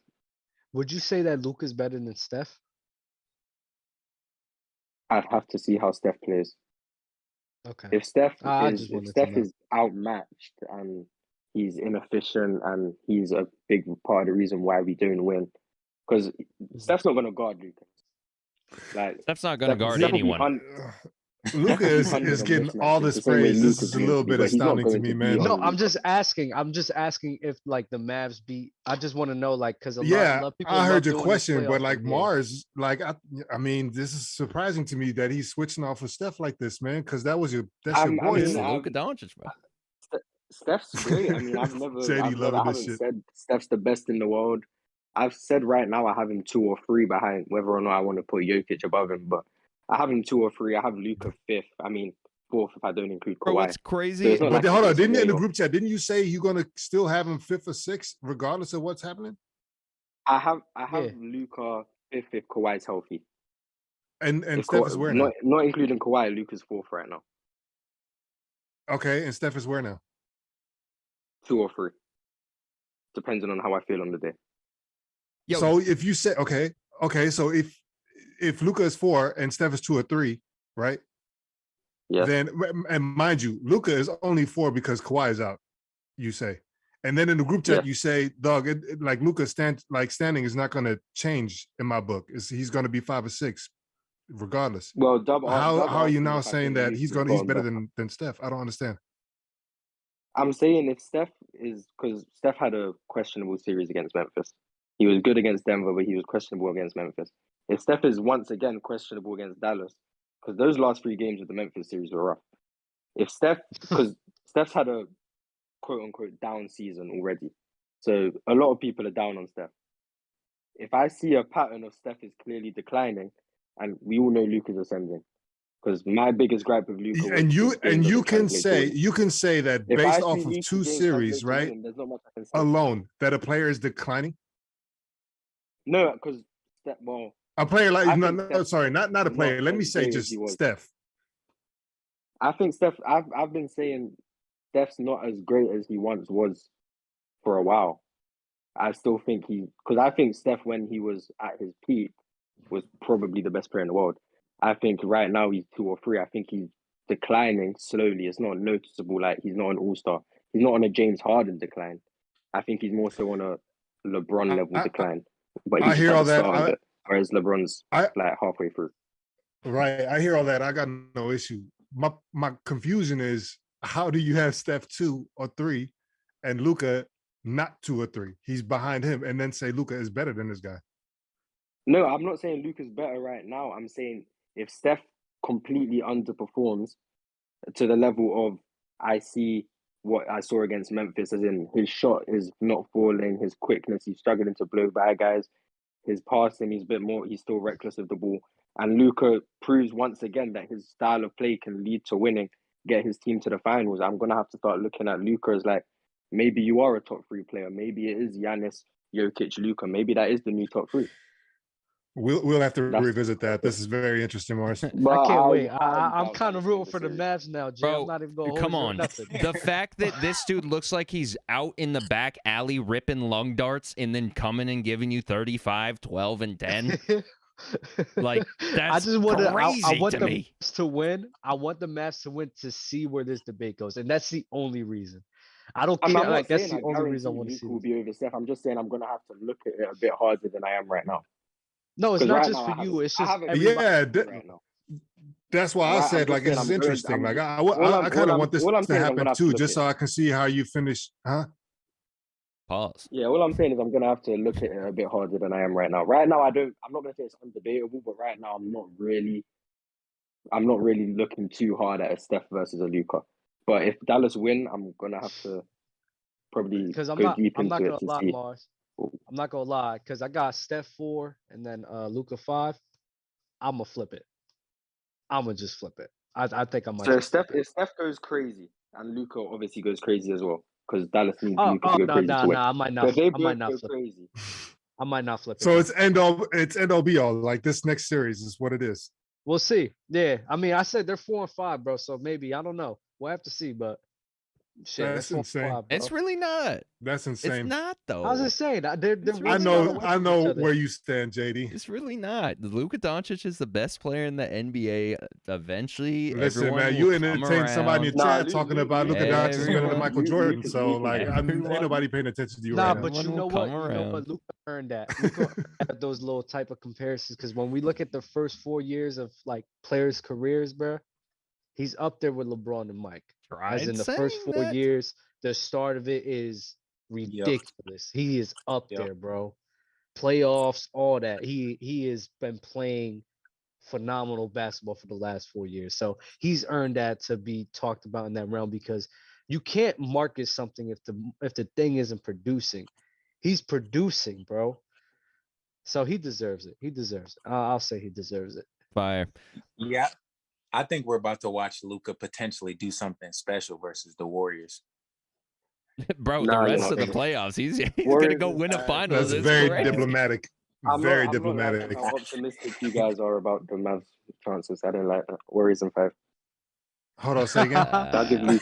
I'll give Luka 1 game. No way, Mars. 1. Warriors in 5. That's kind of wild. He can get 1. That's cool. Mars.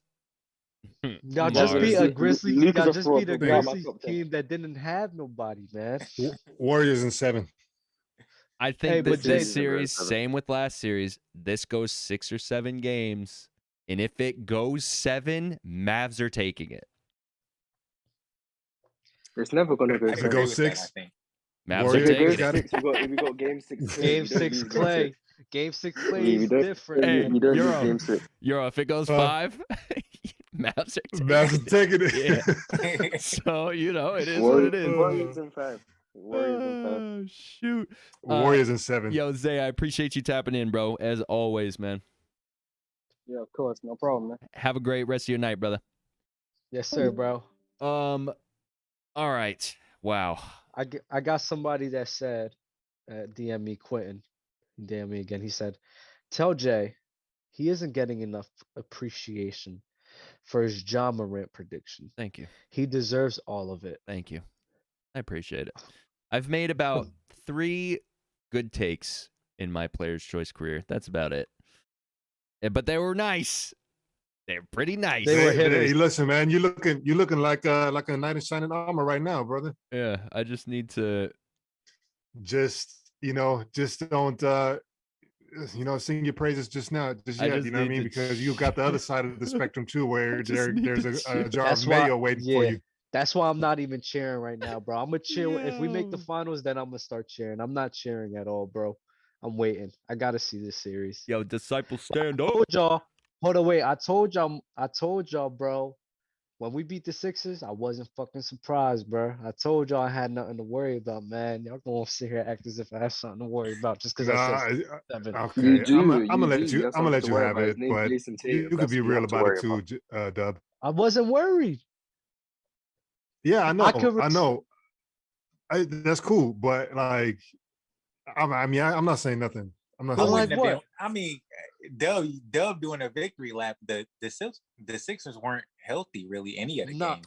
Nah, see, I didn't want to say that. Sure. I didn't want to say that. That's my bad. No, you're right. That is my bad. Nah, Embiid was hurt and everything. And so here's the thing, because we're on this topic, right? Like, and I know you're gonna love this, but I really, really, really like Miami's chances of actually winning it all.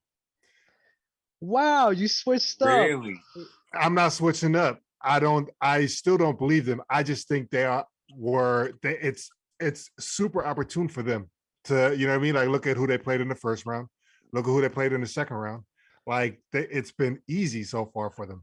It has very been. easy. I will say that. Yeah. You know who I and like? So so now they are well rested. You know what I'm saying? Like going against the Boston Celtics, who have not had it easy. Even that sweep against the Nets wasn't easy. It was hard fought. You know what I'm saying? Like they blew them out a couple times, but like that is a different type of like whatever. I'm just saying it wasn't the same as like the Heat playing the Hawks. So I feel that, and that's why like another part of the reason like I'm not really going crazy about it because I didn't beat any team that I wanted to beat, if that makes sense. I didn't really care of course, about because we had 2 bets on it and like nothing ever happened. So like it was the Bulls, it was the Bucks, it was Boston. I didn't beat a team that I was like, yeah, I couldn't wait. I have faith we was gonna be Sixers and Hawks. So it was like, but I guess it pays to be the first seed. So you know what I mean? Good for y'all. Man. Yeah. All right, y'all. That was dope. I'm glad we got to do that. Thank you guys for tapping in. We had a ton of people come through for this. So I want to ask a favor. I want you guys to leave your finals predictions in the chat before we even start the conference finals games. Who's it going to be? And then I want you guys to predict the games too. That's what I want for the comment. That's what I want. Chat. That's what I want in the chat. That's what I want in the comments. That's what I want in the comments, though, because there's going to be a ton of people who didn't watch this live, and you guys comment. So I want you to leave a comment if you made it this far in the video, so I know that you made it this far. Who do you have in the finals, and who are you taking? We're taking Mavs in 4. Miami is 6. Oh my God! But Warriors in 5. Miami in 7. I'll leave it in the comments. Come on, Euro. You said you like our chances. You might as well roll with the. I'm not. Listen, man. I threw you that, bro. I'm not about to dick ride no Miami. I'm sorry, bro. It's gonna be Mavs Heat. Mavs Heat. Mavs go 6. Jeremiah, what about you? Celtics over Warriors in 6. Nice. I mean, I'm not mad at that either. Bad take. I'll go with that too. Celtics over Warriors. You're lying. You're lying, and I know you're lying. You just don't want to agree with me. I hate y'all. Let's see. Nah, Dub, I'm with you. I Miami in 7. I don't like Miami. What'd you say, Mars? Miami in 7 over the Boston Celtics.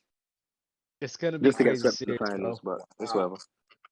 This guy. There you go. Any final words? Not with Steph Curry struggling like that. Like I told you, you know what he does in the finals. No. Oh, he hung up? No, he's here. Final words? Nah. Warriors in 5. Yep. Shout out to James Daniels, aka hold on, let me read that right. JD versus the World 2 on Instagram, man. That's the bro, man. He be tapping in with us. Oh, shout out to him. God, also, bro. follow me on all social media handles at Hezi.